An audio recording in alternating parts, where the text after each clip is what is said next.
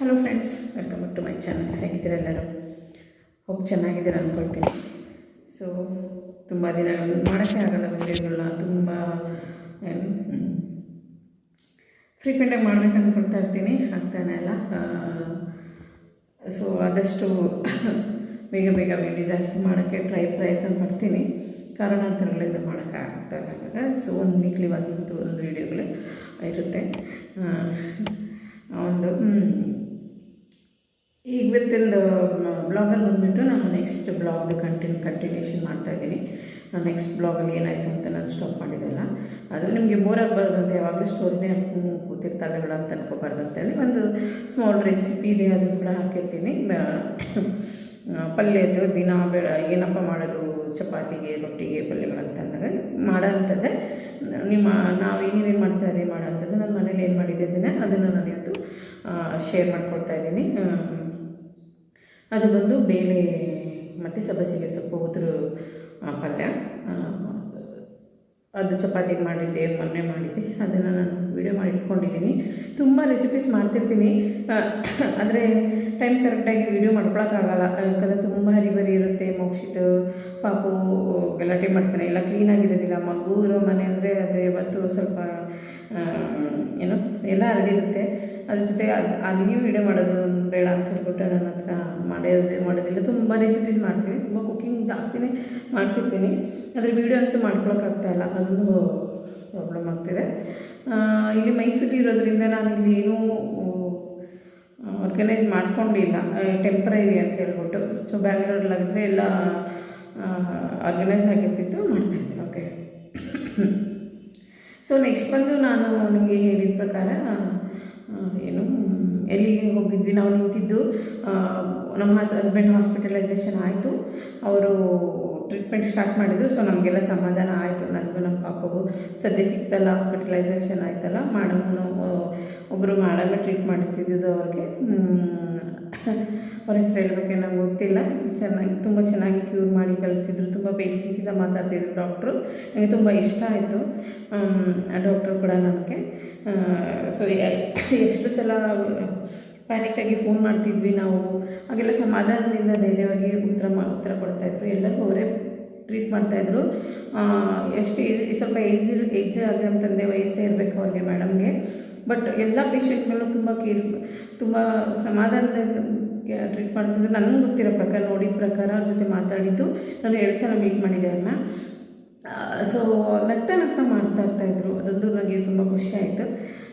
ನಾನು ಕೂಡ ಅವ್ರನ್ನ ಕನ್ಸಲ್ಟೇಷನ್ ಮಾಡಿದ್ದೆ ಲಾಸ್ಟ್ ಮೂಮೆಂಟಲ್ಲಿ. ಮಧ್ಯದಲ್ಲೆಲ್ಲ ಫೋನ್ ಕಾಲಲ್ಲಿ, ವಾಟ್ಸಪ್ಪಲ್ಲೆಲ್ಲ ನಮಗೆ ಏನಾದರೂ ಪ್ರಾಬ್ಲಮ್ ಇದ್ದರೆ, ಇಶ್ಯೂಸ್ ಇದ್ದರೆ ಸಾಲ್ವ್ ಮಾಡಿಕೊಡ್ತಾರೆ. ಈಗಲೂ ಕೂಡ ಏನಾದರೂ ಪ್ರಾಬ್ಲಮ್ ಇಶ್ಯೂಸ್ ಇದ್ದರೆ ವಾಟ್ಸಪ್ ಮಾಡಿದ್ರೆ ಆನ್ಸರ್ ಮಾಡ್ತಾರೆ. ನನಗೆ ತುಂಬ ಇಷ್ಟ ಆಯಿತು ಡಾಕ್ಟರ್ಸ್. ಕೆಲವು ಡಾಕ್ಟರ್ಸ್ ಅಂದರೆ ಭಯನೇ ಇರ್ತಿತ್ತು. ತುಂಬ ಏನು ಅವರು ತುಂಬ ಬ್ಯುಸಿ ಇರುವಾಗ ಸಿಟ್ಟು ಮಾಡ್ತಾರೆ, ಆನ್ಸರ್ ಮಾಡಲ್ಲ ಅನ್ನೋದಿರ್ತಿತ್ತು. ತುಂಬ ಕಂಪ್ಲೇಂಟ್ಸ್ ಇರ್ತಿತ್ತು. ಆವಾಗ ನಮಗೆ ಭಯ ಆಗ್ತಿತ್ತು, ಅವಾಗ ಏನು ಮಾಡೋದು ಅಂತ.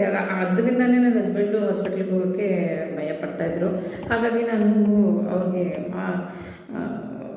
ಭಯ ಇತ್ತು. ಬಟ್ ಆ ಡಾಕ್ಟರ್ ಇದು ಮಾಡಿದ್ಮೇಲೆ ನಮಗೆ ಸ್ವಲ್ಪ ಸಮಾಧಾನ ಆಯಿತು. ಬಟ್ ಮೊಬೈಲೆಲ್ಲ ತೊಗೊಳಂಗಿರಲಿಲ್ಲ, ಪ್ರೈವೇಟ್ ಹಾಸ್ಪಿಟಲ್ ಆಗಿರೋದ್ರಿಂದ ಮೊಬೈಲ್ ಕೊಡೋಂಗಿರಲಿಲ್ಲ. ಸೊ ಮೊಬೈಲ್ ಇಸ್ಕೊಂಡ ತಕ್ಷಣ ನನ್ನ ಹಸ್ಬೆಂಡ್ ಮತ್ತೆ ಹೆದರ್ಕೊಂಡಿದ್ರು, ಮೊಬೈಲ್ ಕೊಡಲ್ಲ ಅಂತಾರೆ. ಏನಿಲ್ಲ, ನನಗೆ ಭಯ ಆಗುತ್ತೆ, ನಾನು ಅಡ್ಮಿಷನ್ ಆಗಲ್ಲಪ್ಪ ಅಂತ ಹೇಳ್ತಾಯಿದ್ರು. ಆಮೇಲೆ ಆ ಮೇಡಮು ಸಮಾಧಾನ ಮಾಡಿ ಕೌನ್ಸಿಲಿಂಗ್ ಮಾಡಿ ಕೊಟ್ಟಿದ್ರು. ಮೊಬೈಲ್ ಅಂದರೆ ಅವ್ರ ಹಾಸ್ಪಿಟಲ್ ಮೊಬೈಲಲ್ಲಿ ದಿನಕ್ಕೊಂದ್ಸಲ ಆನ್ಲೈನ್ ಕಾಲ್ ಮಾಡ್ತಾಯಿದ್ರು, ವಿಡಿಯೋ ಕಾಲ್ ಮಾಡ್ತಾಯಿದ್ರು. ಮತ್ತು ಮಾಡ್ಬೋದಿತ್ತು, ಫೋನ್ಗೆ ಯಾವಾಗ ಬೇಕಂದರೆ ಫೋನ್ ಮಾತಾಡ್ಬೋದಿತ್ತು, ಹಾಸ್ಪಿಟಲ್ ಫೋನಲ್ಲಿ ಮಾತ್ರ. ಸೊ ನಾವು ಹೆದರಿದ್ವಿ, ಅವರು ಸ್ವಲ್ಪ ಹೆದರ್ಕೊಂಡಿದ್ರು. ಅದೆಲ್ಲ ಆಯಿತು, ಅಡ್ಮಿಷನೆಲ್ಲ ಆಯಿತು, ಅದೆಲ್ಲ ಆಯಿತು. ಮತ್ತು ಈಗ ನಾನು ನಮ್ಮ ಪಾಪ ಮನೇಲಿದ್ವಿ. ಇದೆಲ್ಲ ಆಗಿದ್ದು ಥರ್ಸ್ಡೇ 11:30, 12 ಅಷ್ಟರಲ್ಲಿ ನಮಗೆ ಅವ್ರದ್ದು ಅಡ್ಮಿಷನ್ ಆಯಿತು. May 5th, 6th, 7th ಇರಬೇಕು. ಸೊ ನಾನು ಆರಾಮಾಗಿದೆ, ನನಗೆ ಫೀವರ್ ಇರಲಿಲ್ಲ, ನನ್ನ ಮಗನೂ ಚೆನ್ನಾಗಿ ಆಟಾಡ್ಕೊಂಡಿದ್ದ. ಸೊ ಎಲ್ಲ ಸಮಾಧಾನ ಇತ್ತು, ಎಲ್ಲ ಮಾತಾಡ್ಕೊಂಡು ಮಲ್ಕೊಂಡ್ವಿ. ಬೆಳಿಗ್ಗೆ ಫ್ರೈಡೇ ಮಾರ್ನಿಂಗ್ 8:30 ಅಷ್ಟರಲ್ಲಿ ಬೆಳಿಗ್ಗೆ ಒಂದು 5 AM ಮಾರ್ನಿಂಗ್ ಟೈಮಲ್ಲಿ ನನ್ನ ಮಗನಿಗೆ ಜ್ವರ ಬಂತು. ಅಂದರೆ ಮೈ ಸಡನ್ನಾಗಿ ಸುಡೋಕ್ಕೆ ಸ್ಟಾರ್ಟ್ ಆಯಿತು. ಜ್ವರ ಬಂದಿದೆ ಅಂತ ನಂಗೆ ಗೊತ್ತಾಯಿತು. ಓಹೋ, ಜ್ವರ ಬಂದಿದೆ, ಇನ್ನು ಇನ್ಫೆಕ್ಟ್ ಆಗಿದೆ ಅನ್ನೋದು ನನಗೆ ನನಗೆ ಅನಿಸಿದ್ದು ಕನ್ಫರ್ಮ್ ಆಯಿತು. ಸೊ ನನಗೆ ಏನು ಮಾಡಬೇಕಂತ ತಕ್ಷಣ ಗೊತ್ತಾಯ್ತು ನನಗೆ, ಜ್ವರ ಬಂದಿದೆಯಲ್ಲ, ಫಸ್ಟ್ ಸಿಂಪ್ಟಮ್ಸೇ. ಪಾಪಗೂ ಬಂದಿರಬೇಕು, ನಾವು ಜೊತೆಲೇ ಇದ್ವಿ. ಯಾಕಂದರೆ ಅವರು ಟೆಸ್ಟ್ಗೆ ಹೋಗುವಾಗ ಅವ್ರನ್ನ ಕಾರಲ್ಲಿ ರೌಂಡ್ಸ್ ಕರ್ಕೊಂಡು ಹೋಗ್ಬಿಟ್ಟಿದ್ರು, ಎತ್ಕೊಂಡಿದ್ರು. ಅವಾಗ ಗೊತ್ತಾಯಿತು ಪಾಪಗೆ ಇನ್ಫೆಕ್ಟ್ ಆಗಿದೆ ಅಂತ. ನನಗೆ ಭಯ. ಫ್ರೈಡೇ ಮಾರ್ನಿಂಗ್ ಆಯಿತು. ಸೊ ಭಯ ಆಯಿತು, ಏನು ಮಾಡೋದು ಅಂತ ಗೊತ್ತಾಗಲಿಲ್ಲ. ಸೊ ಮಾರ್ನಿಂಗ್ ನೋಡೋಣ ಅಂದ್ಕೊಂಡು ಸುಮ್ಮನೆ 7:30 ಎದ್ದು ಒಂದು ತಿಂಡಿ ಮಾಡೋಕ್ಕೆ ಸ್ಟಾರ್ಟ್ ಮಾಡಿಕೊಟ್ಟೆ. ಅವನು ಭಾತೆಲ್ಲ ತಿಂತಿದ್ದೆ ಬೆಳಗ್ಗೆ ಟೈಮ್, ವೆಜಿಟೇಬಲ್ ಭಾತೆಲ್ಲ ಯಾವತ್ತೂ ತಿಂತಿಲ್ದೆ. ಅವತ್ತು ತಿನ್ನಲಿಲ್ಲ ತಿನ್ನಲಿಲ್ಲ. ಜ್ವರ ಬಂತಲ್ಲ, ಊಟ ಮಾಡೋಕ್ಕಾಗಿಲ್ಲ ಅವನಿಗೆ ಪಾಪ. ಸೊ ನನಗೆ ಅವಾಗ ಟೆನ್ಷನ್ ಸ್ಟಾರ್ಟ್ ಆಯಿತು. ಸೊ ಏನು ಮಾಡೋದು, ತಿಂಡಿ ತಿಂದು ಕನ್ಫರ್ಮ್ ಆಗಿಬಿಡ್ತು ಇವನಿಗೂ ಬಂದಿದೆ ಅನ್ನೋದು ಅನ್ನಿಸ್ತು ನನಗೆ. ಭಯ ಪ್ಯಾನಿಕ್ ಆಗ್ತಿತ್ತು, ಟೆನ್ಷನ್ ಆಗ್ತಾಯಿತ್ತು, ಫ್ರಸ್ಟ್ರೇಷನ್ ಆಗ್ತಾಯಿತ್ತು, ಸ್ಟ್ರೆಸ್ ಆಗ್ತಾಯಿತ್ತು. ನಮ್ಮ ಮನೆಯವರು ಇಲ್ಲ, ನನ್ನ ಹಸ್ಬೆಂಡು ಇಲ್ಲ, ನಮ್ಮ ಅಪ್ಪನೂ ಇಲ್ಲ. ಮತ್ತು ಹಳ್ಳಿ ಬೇರೆ, ಅಲ್ಲಿಂದ ಒಂದು ಟೌನ್ಗೆ ಹೋಗ್ಬೇಕಂದ್ರೆ ವೆಹಿಕಲ್ಸ್ ಇಲ್ಲ, ಟೂ ವೀಲರು ಇಲ್ಲ. ಈ ಟೂ ವೀಲರ್ ಅಂದರೆ ನನಗೆ ಸ್ಕೂಟಿ ಅದು ಬಿಟ್ಟರೆ ಬೇರೆ ಗಾಡಿ ಓಡಿಸೋಕ್ಕೆ ಬರೋಲ್ಲ. ಕಾರಿಲ್ಲ, ಮತ್ತು ಅದು ಕಾರಿದ್ರೂ ಓಡಿಸೋರು ಏನು ಮಾಡೋದು ಅಂತ ಗೊತ್ತಾಗ್ತಾ ಇಲ್ಲ. ನೋಡೋಣ ಅಂತ ಸುಮ್ಮನಿದ್ದೆ. ಮತ್ತು 9:30ಗೆ ನನ್ನ ಹಸ್ಬೆಂಡ್ ಫೋನ್ ಮಾಡಿದ್ರು. ಪುಟ್ಟ ನೀವೆಲ್ಲ ಹೇಗಿದ್ದೀರಾ, ನನಗೆ ಬಂದಿದ್ದ ಮೇಲೆ ನಿಮಗೂ ಬಂದಿರುತ್ತೆ ಗ್ಯಾರಂಟಿ. ನೀನು ತಕ್ಷಣ ಮೈಸೂರಿಗೆ ಬಂದುಬಿಡು, ಪಾಪನ ಕರ್ಕೊಂಡು ಟೆಸ್ಟ್ ಮಾಡಿಸ್ಬೇಕು, ಇಲ್ಲಿ ಬಂದು ಟೆಸ್ಟ್ ಮಾಡಿಸಿ ಮತ್ತು ಟ್ರೀಟ್ಮೆಂಟ್ ಸ್ಟಾರ್ಟ್ ಮಾಡೋಣ, ನಿಮ್ಗೆ ಬಂದ್ರು ಬೇಗ ಬಂದುಬಿಡಿ ಅಂತ ಫೋನ್ ಮಾಡಿದ್ರು. ನಂಗೆ ಅವಾಗಿನ್ನೂ ಟೆನ್ಷನ್ ಜಾಸ್ತಿ ಆಯಿತು. ನಾನು ಹೇಳಿದೆ, ನಮ್ಮ ಮನೆಯವ್ರಿಗೆ ಯಾರಿಗೂ ಬಂದೇ ಇಲ್ಲ ರೀ, ನಮಗೆ ಬರುತ್ತೆ, ಬಂದಿಲ್ಲಲ್ಲ ಸುಮ್ಮನೆ. ಇಲ್ಲ ಅವರೆಲ್ಲ ಡಬಲ್ ವ್ಯಾಕ್ಸಿನೇಷನ್ ಆಗಿದೆ ಮನೆಯವ್ರಿಗೆಲ್ಲ, ನಮ್ಮ ಅಜ್ಜಿ, ನಮ್ಮಮ್ಮ, ನಮ್ಮ ಅತ್ತೆ, ನಮ್ಮ ಪಪ್ಪ ಅವ್ರಿಗೆಲ್ಲ. ನಿನಗೂ ಪಾಪಗೆ ಅಲ್ಲಿ ಈ ಥರ ಪ್ರಾಬ್ಲಮ್ ಇರೋದು, ಬೇಗ ಹೊರಟು ಬಂದುಬಿಡು ಮೈಸೂರಿಗೆ ಅಂತ ಫೋನ್ ಮಾಡಿದ್ರು ಹಾಸ್ಪಿಟಲಿಂದ. ಸೊ ಮೋಸ್ಟ್ ಪ್ರಾಬ್ಲಿ ಡಾಕ್ಟ್ರ್ ಹೇಳಿರ್ಬೇಕು ಅವ್ರಿಗೆ, ಅವರು ಚೆಕ್ ಮಾಡಿಸ್ಬೇಕು, ಅವರು ಮೆಡಿಸಿನ್ ಸ್ಟಾರ್ಟ್ ಮಾಡಬೇಕಂತ ಹೇಳಿರಬೇಕು ಡಾಕ್ಟ್ರು. ಸೊ ನನ್ನ ಹಸ್ಬೆಂಡ್ ಹತ್ರ ಮಾಡಿದ್ರು. ಸೊ ಅಲ್ಲಿ ತನಕ ನೆಗ್ಲಿಜೆನ್ಸ್ ಇದ್ದವಳು, ನನಗೆ ಭಯ ಆಗ್ಬಿಡ್ತು. ನಾನು ನನ್ನ ಮಗನಿಗೆ ಫೀವರ್ದು, ಕೋಲ್ಡ್ದು ಎಲ್ಲ ಒಂದು ತಿಂಗಳು ಮುಂಚೆನೇ ಮೆಡಿಷನ್ ತಂದು ಇಟ್ಕೊಂಡಿದ್ದೆ. ಬಟ್ ಆದ್ರೂ ನಾನು ಮೆಡಿಷನ್ ಸ್ಟಾರ್ಟ್ ಮಾಡೋಕ್ಕಾಗಲ್ಲ. ಫೋನ್ ಮಾಡಿ ಹೇಳಿದೆ, ನನ್ನ ಮಗು ಪೀಡಿಯಾಟ್ರಿಷನ್ ಕೂಡ ಟಚಲ್ಲಿದೆ, ಫೋನ್ ಮಾಡ್ತಿ ಕೇಳ್ತಿದ್ದೆ. ಸೊ ಹೀಗೆಲ್ಲ ಆಯಿತು. ಮತ್ತು ನನಗೆ ಭಯ ಸ್ಟಾರ್ಟ್ ಆಯಿತು. ಅದಕ್ಕಿಂತ ಮುಂಚೆ 1-2 ದಿನ ಮುಂಚೆ ಒಂದೆಲ್ಲ ಸೋಷಿಯಲ್ ಮೀಡಿಯಲ್ಲಿ ಹಾಕಿದ್ನಲ್ಲ, ಅದು ನೆಕ್ಸ್ಟ್ ಹಿಂದಿನ ದಿನವೇ ನನ್ನ ಫ್ರೆಂಡ್ ಒಬ್ಬರು ಬೈಲ್ಕೊಪ್ಪದಲ್ಲಿ ಇರ್ತಾರೆ, ಅವರ ಹೆಸರು ದಿವ್ಯಾ ಸೋಮು ಅಂತ. ನಾವೆಲ್ಲ ಒಟ್ಟಿಗೆ ಒಂದೇ ವಟಾರದಲ್ಲಿ ಬೆಳೆದವರು, ಓದ್ದವರು. ನನಗಿಂತ 1 ವರ್ಷ ಚಿಕ್ಕವರು. ಅವರು ಒಂದು ಜೂನಿಯರ್ ಇದ್ದರು, ಫ್ರೆಂಡ್, ಎಲ್ಲ ಫ್ಯಾಮಿಲಿ ಫ್ರೆಂಡ್ ಥರ ಇದ್ದರು. ಅವರಿಗೆ ಫೋನ್ ಮಾಡಿದರು ನನಗೆ ಸೋಷಿಯಲ್ ಮೀಡ್ಯಾದಲ್ಲಿ ನೋಡಿ. ನಮ್ಮ ಊರಿಂದ ಒಂದು 20 ಬೈಲ್ಕೊಪ್ಪ ಗೋಲ್ಡನ್ ಟೆಂಪಲ್ ಇದೆಯಲ್ಲ, ಅವರವರು ನೋಡಿ. ಈ ಸಮಯದಲ್ಲಿ ಅವ್ರನ್ನಂತೂ ನಾನು ತುಂಬಾ ನೆನೆಸ್ಕೊಳ್ಬೇಕು, ಯಾವಾಗಲೂ ನೆನೆಸ್ಕೊಳ್ತೀನಿ. ಈ ವಿಡಿಯೋ ಮೂಲಕ ಅವ್ರಿಗೆ ನಾನು ತುಂಬ ಥ್ಯಾಂಕ್ಸ್ ಹೇಳೋಕ್ಕೆ ಇಷ್ಟಪಡ್ತೀನಿ. ನಾನು, ನನ್ನ ಫ್ಯಾಮಿಲಿ ಒಂದು ಸಹಾಯ ಕೇಳಿ ಸಹಾಯ ಮಾಡೋದು ಒಂದು, ಸಹಾಯ ಕೇಳದೆ ಆ ಪರಿಸ್ಥಿತಿ ನೋಡಿ ಅವರಾಗೇ ಫೋನ್ ಮಾಡಿ ಸಹಾಯ ಬೇಕಂತ ಕೇಳ್ತಾರಲ್ಲ, ಅದು ತುಂಬಾ ಏನು, ಅದೊಂದು ದೊಡ್ಡ ಗುಣ ಅಂತ ಹೇಳ್ಬೋದು ಕಣ್ರಿ. ನಾನು ದಿವ್ಯಾ ಅಂತ ಹೇಳ್ಬಿಟ್ಟು, ಅವ್ರ ಹಸ್ಬೆಂಡ್ ದಿವ್ಯಾ ಸೋಮು ಅಂತ ಹೇಳ್ಬಿಟ್ಟು, ಅವ್ರಿಗೆ ಅವ್ರ ಹಸ್ಬೆಂಡ್ಗೆ ನಾನು ತುಂಬ ಥ್ಯಾಂಕ್ಸ್ ಹೇಳ್ತೀನಿ. ಅವರಿಂದ ದೊಡ್ಡ ಹೆಲ್ಪೇ ಆಯಿತು ನನಗೆ. ದೊಡ್ಡದಂತಲ್ಲ, ತುಂಬಾ ದೊಡ್ಡ ಹೆಲ್ಪ್ ಆಯಿತು ನಮಗೆ. ಆ ಸಮಯದಲ್ಲಿ ಹಿಂದಿನ ದಿನ ಫೋನ್ ಮಾಡಿದರು, ಅವ್ರ ನಂಬರ್ ಇರಲಿಲ್ಲ. ಆ ಟೈಮಲ್ಲಿ ಯಾರು ಫೋನ್ ಮಾಡಬೇಕು, ಯಾರಿಗೆ ಸಹಾಯ ಕೇಳಬೇಕು ಗೊತ್ತೇ ಆಗಲ್ಲ ಕಣ್ರಿ. ಪ್ಯಾನಿಕ್ ಆಗಿಬಿಡುತ್ತೆ, ತುಂಬ ಪ್ಯಾನಿಕ್ ಆಗಿಬಿಡುತ್ತೆ. ಅವ್ರು ಹಿಂದಿನ ದಿನ ಫೋನ್ ಮಾಡಿದ್ರು, ಸೋಷಿಯಲ್ ಮೀಡ್ಯಾದೆಲ್ಲ ನೋಡಿ. ನಾನು ದಿವ್ಯ ಫೋನ್ ಮಾಡ್ತಾಯಿದ್ದೀನಿ, ನಿನಗೇನಾದರೂ ಸಹಾಯ ಬೇಕಂದರೆ ಕೇಳು, ಇಲ್ಲಿ ಡಾಕ್ಟರ್ಸ್ ಇದ್ದಾರೆ, ಹಳ್ಳಿಗಳಿಗೆ ಬಂದು ವಿಸಿಟ್ ಮಾಡ್ತಾರೆ, ನಾನು ಅವ್ರ ಡಾಕ್ಟರ್ ನಂಬರ್ ಕೊಡ್ತೀನಿ, ನೀನು ಬೇಕಾದರೆ ಕನ್ಸಲ್ಟೇಷನ್ ಮಾಡು ಅಂತ ಹೇಳಿದರು. ಅವ್ರ ಫ್ಯಾಮಿಲಿಯಲ್ಲೂ ಪಾಸಿಟಿವ್ ಬಂದಿತ್ತು, ಅವ್ರ ಫ್ಯಾಮಿಲಿಯಲ್ಲೂ ಟ್ರೀಟ್ಮೆಂಟ್ ತೊಗೋತಾಯಿದ್ರು. ಸೊ ಅವ್ರಿಗೆಲ್ಲ ಗೊತ್ತಾಗಿತ್ತು ಒಂದು 8 ಡೇಸ್ ಆಗಿ ಮುಂಚೆನೇ. ಬಟ್ ಅವ್ರಿಗೆಲ್ಲ ಎಕ್ಸ್ಪೀರಿಯನ್ಸ್, ನನಗೆ ಇದೆಲ್ಲ ಹೊಸದು ಅವಾಗ. ಸೊ ಅವ್ರು ಸ್ವಲ್ಪ ಕಾಸ್ಟ್ಲಿ ಆಗ್ಬೋದು, ನಾನು ಡಾಕ್ಟರ್ ನಂಬರ್ ಕೊಡ್ತೀನಿ, ಕನ್ಸಲ್ಟ್ ಮಾಡಬೇಕಾದ್ರೆ ಅಂತ ಹೇಳಿದರು. ಸರಿ ದಿವ್ಯಾ ಕೊಡು ಅಂತ ಹೇಳಿದೆ. ಸೊ ಅವ್ರು ಕೊಟ್ಟರು. ಸ್ವಲ್ಪ ಕನ್ಸಲ್ಟೇಷನ್ ಜಾಸ್ತಿ ಅನ್ನಿಸ್ತು, ಬಟ್ ನನ್ನೊಬ್ಬಳಿಗೆ ಅದಕ್ಕೆ ಜಾಸ್ತಿ ಪರವಾಗಿರಲಿಲ್ಲ. ನಮ್ಮ ಮನೆಯವ್ರಿಗೆಲ್ಲ ಸೇರಿಸ್ಬೇಕಂದ್ರೆ ತುಂಬಾ ಕಾಸ್ಟ್ಲಿ ಆಗ್ತಿತ್ತು, ನನಗೆ ಬೇರೆ ಮಾಡೋಕ್ಕೆ ಅದು ಅನ್ನಿಸ್ತು. ಜಸ್ಟ್ ಕನ್ಸಲ್ಟೇಷನ್ಗೆ ಅದು ಏನು ಅಂತ ನಂಗೆ ಅರ್ಥ ಆಗಲಿಲ್ಲ ಸರಿಯಾಗಿ. ಹಾಗೆ ನನ್ನ ಹಸ್ಬೆಂಡ್ಗೆ ಹೇಳಿದೆ ನಾನು, ನೋಡಿ ಈ ಥರ ಕನ್ಸಲ್ಟೇಗೆ ತುಂಬ ಕಾಸ್ಟ್ಲಿ ಅನ್ನಿಸ್ತಿದೆ, ಏನು ಮಾಡೋದು ಅಂತ. ಎಷ್ಟು ಕಾಸ್ಟ್ಲಿ ಆದರೂ ಪರವಾಗಿಲ್ಲ, ನೀನು ಕನ್ಸಲ್ಟೇಷನ್ ಮಾಡು ಫಸ್ಟು, ಅದಕ್ಕೇನು ಇದು ಮಾಡ್ಕೋಬೇಡ ಅಂತ ಹೇಳಿದ್ರು. ನನ್ನ ಹತ್ರ ಕ್ಯಾಶ್ ಇರ್ತಿತ್ತು.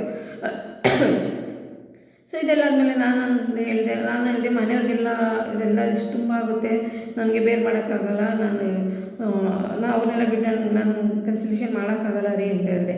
ಅವ್ರು ಹೇಳಿದ್ರು, ನೀನು ಮನೆಯವ್ರ ಬಗ್ಗೆ ಯೋಚನೆ ಮಾಡಬೇಡ ಪುಟ್ಟ, ಅವ್ರಿಗೆಲ್ಲ ಡಬಲ್ ವ್ಯಾಕ್ಸಿನೇಷನ್ ಆಗಿದೆ, ಅವರು ಸೇಫಾಗಿದ್ದಾರೆ, ನೀನು ತಡ ಮಾಡಿದೆ, ನೀನು ಪಾಪು ಕನ್ಸಲ್ಟೇಷನ್ ಮಾಡ್ಕೊಳ್ಳಿ, ಇದು ಅರ್ಜೆಂಟು, ಇದು ಆಲ್ರೆಡಿ ಲೇಟಾಗಿದೆ, ನನ್ನ ಜೊತೆನೇ ನೀವು ಇನ್ಫೆಕ್ಟ್ ಆಗಿದ್ದೀರಾ ಅಂತ ಹೇಳಿದ್ರು. ನನಗೆ ಭಯ, ನನಗಿಂತ ನಮ್ಮ ಪಾಪುದು ನನಗೆ ಭಯ ಸ್ಟಾರ್ಟ್ ಆಗ್ಬಿಡ್ತು ಜಾಸ್ತಿ. ಸೊ ಹಾಗಾಗಿ ಅದೆಲ್ಲ ಆದಮೇಲೆ ನನಗೆ ತುಂಬಾ ಸ್ಟ್ರೆಸ್ಸು, ಫ್ರಸ್ಟ್ರೇಷನು ಆಗ್ತಾಯಿತ್ತು. ಏನು ಮಾಡಬೇಕಂತಲೇ ಗೊತ್ತಾಗ್ತಾ ಇರಲಿಲ್ಲ. ತಕ್ಷಣವಾಗಿ ಯೋಚನೆ ಮಾಡಿದೆ ಏನು ಮಾಡಿದೆ ಅಂತ. ಸೊ ದಿವ್ಯ ಸೋಮು ಅವರು ಅಲ್ಲಿದ್ದಿದ್ದ ದೇವರೇ ನನಗೆ ಅವರಾಗೆ ಫೋನ್ ಮಾಡಿ, ಅವ್ರ ನಂಬರ್ ಇರಲಿಲ್ಲ, ನನ್ನದು ಹೊಸ ನಂಬರೆಲ್ಲ ನೋಡಿ ಇದೆ, ನಾವೆಲ್ಲ ಮೀಟ್ ಮಾಡಿ ಮಾತಾಡಿ ಸುಮಾರು ಒಂದು 7-8 ವರ್ಷನೇ ಆಗಿತ್ತು ಅಂದ್ಕೊಳ್ಳಿ. ಆದರೂ ಮೀಟ್ ಮಾಡಿದೆ, ಕಾಂಟ್ಯಾಕ್ಟಲ್ಲಿ ಇಲ್ಲದೇ ಇರೋರು ನಮಗೆ ಫ್ರೆಂಡ್ಸ್ ಫೋನ್ ಮಾಡಿ ಎಲ್ಪ್ ಕೇಳಿದ್ರಲ್ಲ, ಅದು ನನಗೆ ಎಷ್ಟು ಥ್ಯಾಂಕ್ಸ್ ಹೇಳಬೇಕಂತ ನನಗೆ ಗೊತ್ತಾಗ್ತಾ ಇಲ್ಲ. ನಾನು ಹೇಳಿದ್ನಲ್ಲ, series of thanks, series of friends, series of help ಸಿಕ್ತು ನನಗೆ ಕರೆಕ್ಟ್ ಟೈಮ್ಗೆ ಅಂತ ಇದ್ದೀನಿ. ಹೇಳ್ಕೊಂಡು ಹೋಗ್ತಾ ಟೈಮೇ ಸಾಲೋದಿಲ್ಲ. ಅದಕ್ಕೆ ನಾನು ಒಂದೊಂದು ವೀಡಿಯೋದಲ್ಲಿ ಒಬ್ಬೊಬ್ರದ್ದು ಸಹಾಯ ಹೇಳ್ಬೇಕಂತ ಅಂದ್ಕೊಂಡಿದ್ದೀನಿ. ಇದರಲ್ಲಿ ತುಂಬ ನಾನು ಥ್ಯಾಂಕ್ಫುಲ್ಲಾಗಿ ಹೇಳ್ತಾ ಇರೋದು ದಿವ್ಯ ಸೋಮು ಅವ್ರಿಗೇ ದೊಡ್ಡ ಥ್ಯಾಂಕ್ಸ್ ಹೇಳ್ತೀನಿ. ಎಷ್ಟು ಹೆಲ್ಪ್ ಆಯಿತು, ಎಷ್ಟು ಕೈಂಡ್ ಬಿಹೇವಿಯರ್ ಅನ್ನಿಸ್ತು ನನಗೆ ಎಕ್ಸ್ಪೆಕ್ಟೇ ಮಾಡಿರಲಿಲ್ಲ ನಾನು ಆ ಥರ. ಈ ಥರ ಕೊರೋನಾದಿಂದ ಈ ಥರದ್ದೆಲ್ಲ ಏನು ಗುಣಗಳು ಬೇರೆಯವ್ರದ್ದು ಇದೆಲ್ಲ ಬಂದು ಕಂಡ್ರಿ ನನಗೆ ತುಂಬಾ ಖುಷಿ ಆಗುತ್ತೆ. ಅವ್ರಿಗೆ ಈ ಮೂಲಕ ನಾನು ನೆನೆಸ್ಕೊಳ್ಳೋಕ್ಕೆ. ಅದಾದಮೇಲೆ ಕಳಿಸಿದ್ರು, ಅವ್ರಿಗೆ ಫೋನ್ ಮಾಡಿದೆ ಮತ್ತೆ ನನಗೆ ಹಿಂದಿನ ದಿನ ಮಾಡಿದರು. ಮತ್ತು ನೆಕ್ಸ್ಟ್ ಡೇ ನಾನು ಮತ್ತೆ ಅವ್ರಿಗೆ ಫೋನ್ ಮಾಡಿದೆ, ಇವರೇ ರೈಟ್ ಪರ್ಸನ್ ಹೆಲ್ಪ್ ಮಾಡೋಕ್ಕೆ ಅಂತ. ನನ್ನ ತಮ್ಮ ಕೂಡ ಇರಲಿಲ್ಲ, ಅವನು ಬೇರೆ ಮೈಸೂರಲ್ಲಿದ್ದಿದ್ದ, ಅವನು ಊರು ಬಿಟ್ಟಾಗಲೇ 1 ತಿಂಗಳಾಗಿತ್ತು, ಅವ್ರ ಫ್ಯಾಮಿಲಿ ಕೂಡ. ಸೊ ಯಾರಿಗೆ ಸಹಾಯ ಕೇಳಬೇಕು ಅಂತ ನನಗೆ ಗೊತ್ತಾಗ್ತಾ ಇರಲಿಲ್ಲ, ಬ್ಲ್ಯಾಂಕ್ ಆಗ್ತಿದ್ದೆ. ಆ್ಯಂಬ್ಯುಲೆನ್ಸ್ ಬರಬೇಕಂದ್ರೆ ತಾಲೂಕು ಲೆವೆಲಲ್ಲಿ ಆ್ಯಂಬ್ಯುಲೆನ್ಸ್ ಹೇಗೆ ಬುಕ್ ಮಾಡೋದು, ಹೇಗೆ ಹಳ್ಳಿಗೆ ಕಳಿಸ್ಕೊಡ್ತಾರೆ, ಅಲ್ಲಿಂದ ಮೈಸೂರಿಗೆ ಬರ್ತಾರಾ. ಫಸ್ಟ್ ನಾವು ಮೈಸೂರಿಗೆ ಬಂದುಬಿಡ್ಬೇಕಾಗಿತ್ತು.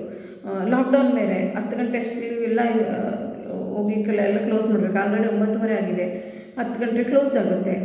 ಏನು ಮಾಡಬೇಕಂತಲೇ ಗೊತ್ತಾಗ್ತಾಯಿಲ್ಲ. ಫೋನ್ ಮಾಡಿದೆ, ದಿವ್ಯಾ ನನಗೆ ಈ ಥರ ಆಗಿದೆ, ನನಗೆ ಯಾವುದಾದ್ರೂ ಒಂದು ಮಿನಿ ಆ್ಯಂಬ್ಯುಲೆನ್ಸ್ ಯಾಕಂತಂದರೆ ಲಾಕ್ಡೌನ್ ಇದ್ದರೆ ಬಿಡ್ತಾರೆ ಪೇಷಂಟ್ಗಳಂತ ಹೇಳ್ಬಿಟ್ಟು, ಒಂದು ಮಿನಿ ಆ್ಯಂಬ್ಯುಲೆನ್ಸ್ ಇದ್ದರೆ ಬುಕ್ ಮಾಡಿಕೊಡ್ತೀರಾ, ನನಗೆ ಕಳಿಸ್ಕೊಡ್ತೀರಾ, ನಾನು ನಮ್ಮ ಪಾಪು ಅರ್ಜೆಂಟ್ ಮೈಸೂರಿಗೆ ಹೋಗಬೇಕು ಈ ಥರ ಅಂದೆ.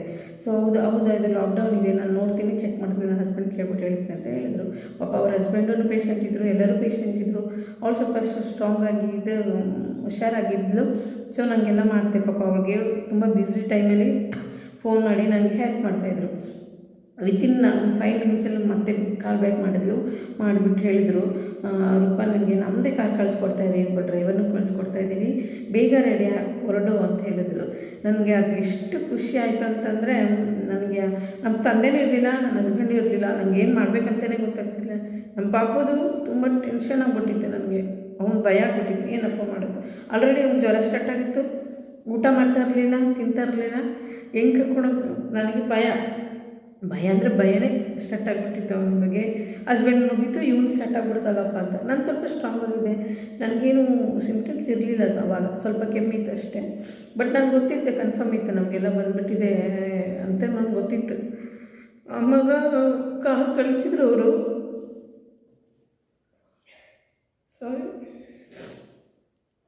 ಕಾರ್ ಕಳಿಸಿದ್ರು, ವಿತಿನ್ 15 ಮಿನಿಟ್ಸಲ್ಲಿ ಕಳಿಸ್ತೀನಿ ಅಂತ ಹೇಳಿದ್ರು. ಅವರಷ್ಟರಲ್ಲಿ ನಾನು ನಮ್ಮ ಮನೆಯಲ್ಲೂ ಎಲ್ಲ ಸ್ವಲ್ಪ ಒಂಥರ ಏನೋ ಬೇಜಾರಾಗ್ತಿತ್ತು, ನಮ್ಮಿಂದ ಬಂದುಬಿಟ್ಟಿದೆ. ಅವ್ರಿಗೆ ಯಾರಿಗೂ ನಾಲೆಜ್ ಇರಲಿಲ್ಲ ಇದು ಕೋವಿಡ್ ಬಗ್ಗೆ. ಒಂದು ಸಲ ಬಂದರೆ ಅದೆಲ್ಲರಿಗೂ ಬಂದಿರುತ್ತೆ ಅಂತ. ಅವರೆಲ್ಲ ನಮ್ಮಿಂದ ಅವ್ರಿಗೆ ಸ್ಪ್ರೆಡ್ ಆಗಿಬಿಟ್ಟಿದೆ ಅಂತ ತಿಳ್ಕೊಂಡಿದ್ರು. ಊರಿಂದನೇ ನಮಗೆ ಬಂದಿದೆ ಅಂತ ಅವ್ರಿಗೆ ಗೊತ್ತಿಲ್ಲ, ಅದು ಎಲ್ಲರಿಗೂ ಬಂದಿದೆ ಅಂತ ಅವ್ರಿಗೂ ಗೊತ್ತಿಲ್ಲ ಪಾಪ. ಸೊ ಹಂಗೆ ಟ್ರೀಟ್ ಮಾಡ್ತಾಯಿದ್ರು, ನಮ್ಮಿಂದ ಬಂದುಬಿಟ್ಟಿದೆ ಅವ್ರಿಗೆ. ಸೊ ಊರಿಂದ ನಮಗೆಲ್ಲ ಬಂದುಬಿಡುತ್ತೆ ಅನ್ನೋ ಭಯ ಸ್ಟಾರ್ಟ್ ಆಗಿಬಿಟ್ಟಿತ್ತು. ಅವ್ರಿಗೆಲ್ಲೂ ಸ್ವಲ್ಪ ಕಿರಿಕಿರಿ ಸ್ಟಾರ್ಟ್ ಆಗ್ತಾಯಿತ್ತು. ನಮ್ಮಿಂದನೇ ಅಂತ ತಿಳ್ಕೊಂಡು ಎಲ್ಲರೂ ಊರಿಗೆ ಆಲ್ರೆಡಿ ಆಲ್ಮೋಸ್ಟ್ ಗೊತ್ತಾಗಿ ಬಂದುಬಿಟ್ಟಿದೆ, ಆದರೆ ಯಾರಿಗೂ ಗೊತ್ತಾಗಿರಲಿಲ್ಲ. ಅಲ್ಲಿ ನಾವು 15 ಡೇಸಿಂದ ಗೇಟಿನ ಹೊರಗೆ ಹೋಗಿರೋರಿಗೆ ನಮ್ಗೆ ಸ್ಪ್ರೆಡ್ ಬಂದುಬಿಟ್ಟಿದೆ. ನಮ್ಮನೆಯವ್ರಿಗೂ ಬಂದಿದೆ, ಅವ್ರಿಗೆ ಸಿಂಪ್ಟಮ್ಸ್ ಇಲ್ಲ, ಯಾಕಂದರೆ ಅವರು ಡಬಲ್ ವ್ಯಾಕ್ಸಿನೇಷನ್ ಆಗಿದ್ರು ಎಲ್ಲರೂ. ಸರಿ, ಅದಾದಮೇಲೆ ವಿತಿನ್ 50 ಮಿನಿಟ್ಸಲ್ಲಿ ಕಾರ್ ಕಳಿಸಿದ್ರು ಅವರು. ನಾನು ಇನ್ನು ನೆಕ್ಸ್ಟ್ ಇಲ್ಲಿ ಬರಲೇಬಾರ್ದು, ನನಗೆ ತುಂಬ ಬೇಜಾರಾಗ್ಬಿಟ್ಟಿತ್ತು. ಇಲ್ಲಿ ಎಲ್ಲ ಪ್ಯಾಕ್ ಮಾಡಿಕೊಂಡೆ, ಇಲ್ಲಿ ನಮ್ಮ ಲ್ಯಾಪ್ಟಾಪ್ ವರ್ಕ್ ಬರಬಾರ್ದು ಅಂತೇಳಿ ಎಲ್ಲ ಲಗೇಜು ಎಲ್ಲ ಒಂದು ಫಸ್ಟ್ ಎಲ್ಲ ಡಂಪ್ ಮಾಡ್ಕೊಂಡು ತೊಗೊಂಬಿಟ್ಟೆ ಒಂದು ಕೈಯಲ್ಲಿ. ಆಮೇಲೆ ಒಂದು ಪಾಪ ಎದ್ಬಿಟ್ಟ ಮಲಗಿದ್ದವನು, ಯಾಕೆಂದರೆ ಜಾಸ್ತಿ ನಿದ್ದೆ ಮಾಡಲಿಲ್ಲ. ಅವನು ಕಿರಿಕಿರಿ ಮಾಡ್ತಿದ್ದ. ಒಂದು ಕೈಯಲ್ಲಿ ಮಗು ಎತ್ಕೊಂಡೆ, ಒಂದು ಕೈಯಲ್ಲಿ ಲಗೇಜ್ಗಳನ್ನೆಲ್ಲ ಪ್ಯಾಕ್ ಮಾಡ್ಕೊಂಡು ಲಗೇಜ್ ಎತ್ಕೊಂಡೆ ಬಂದುಬಿಟ್ರು. ಪಾಪ ಡ್ರೈವರು ಕಾರ್ ತಗೊಂಡು ಬೇಗ ಗೇಟ್ ಹತ್ರ ನಿಂತ್ಕೊಂಡ್ರು. ಆಮೇಲೆ ಲಗೇಜ್ ಎಲ್ಲ ಇರ್ತಾಯಿದ್ದೆ. ಅವರು ಇಟ್ಕೊಡ್ತೀನಿ ಅಂತ ಹೇಳಿದರು. ಯಾಕಂದರೆ ನಾನು ಪಾಸಿಟಿವ್ ಇರೋದ್ರಿಂದ ಅವ್ರಿಗೂ ಬಂದುಬಿಡುತ್ತೆ ಅನ್ನೋ ಭಯ. ನೀವು ಯಾರು ಬ್ಯಾಗ್ ಲಗೇಜ್ ಯಾರು ಮುಟ್ಬೇಡಿ, ನಾನು ಇಡ್ತೀನಿ, ಮೋಸ್ಟ್ ಪ್ರಾಬಲಿ ನಾನು ಪಾಸಿಟಿವ್ ಇರ್ತೀನಿ ಅಂತ ಹೇಳ್ಬಿಟ್ಟು ಅವ್ರಿಗೆ ಟಚ್ ಮಾಡೋಕ್ಕೆ ಬಿಡಲಿಲ್ಲ. ದೊಡ್ಡ ಲಗೇಜು ಚಿಕ್ಕ ಲಗೇಜು ಎಲ್ಲ ಡಂಪ್ ಮಾಡಿಕೊಂಡೆ ಒಬ್ಬಳೆ. ಒಂದು ಕೈಯಲ್ಲಿ ಮಗು ಎತ್ಕೊಂಡೆ, ಒಂದು ಕೈಯಲ್ಲಿ ಎಲ್ಲ ಲಗೇಜು ಡಂಪ್ ಮಾಡಿದೆ. ಆ ಫ್ರಸ್ಟ್ರೇಷನ್, ಆ ಸ್ಟ್ರೆಸ್ಸಲ್ಲಿ ಆ ಕೆಲಸ ಇದ್ರ ಮಧ್ಯದಲ್ಲಿ ನನಗೆ ಸುಸ್ತಾಗ್ಬಿಡೋದು ಸ್ಟಾರ್ಟ್ ಆಗಿಬಿಡ್ತು. ಫುಲ್ ಎಲ್ಲ ಮಾಡಿಬಿಟ್ಟು ನನ್ನ ತಕ್ಷಣಕ್ಕೆ. ಆ್ಯಕ್ಚುಲಿ ಆವಾಗ ನಾನು ಇನ್ಫೆಕ್ಟೆಡ್ ಇದ್ದೆ ಅನಿಸುತ್ತೆ.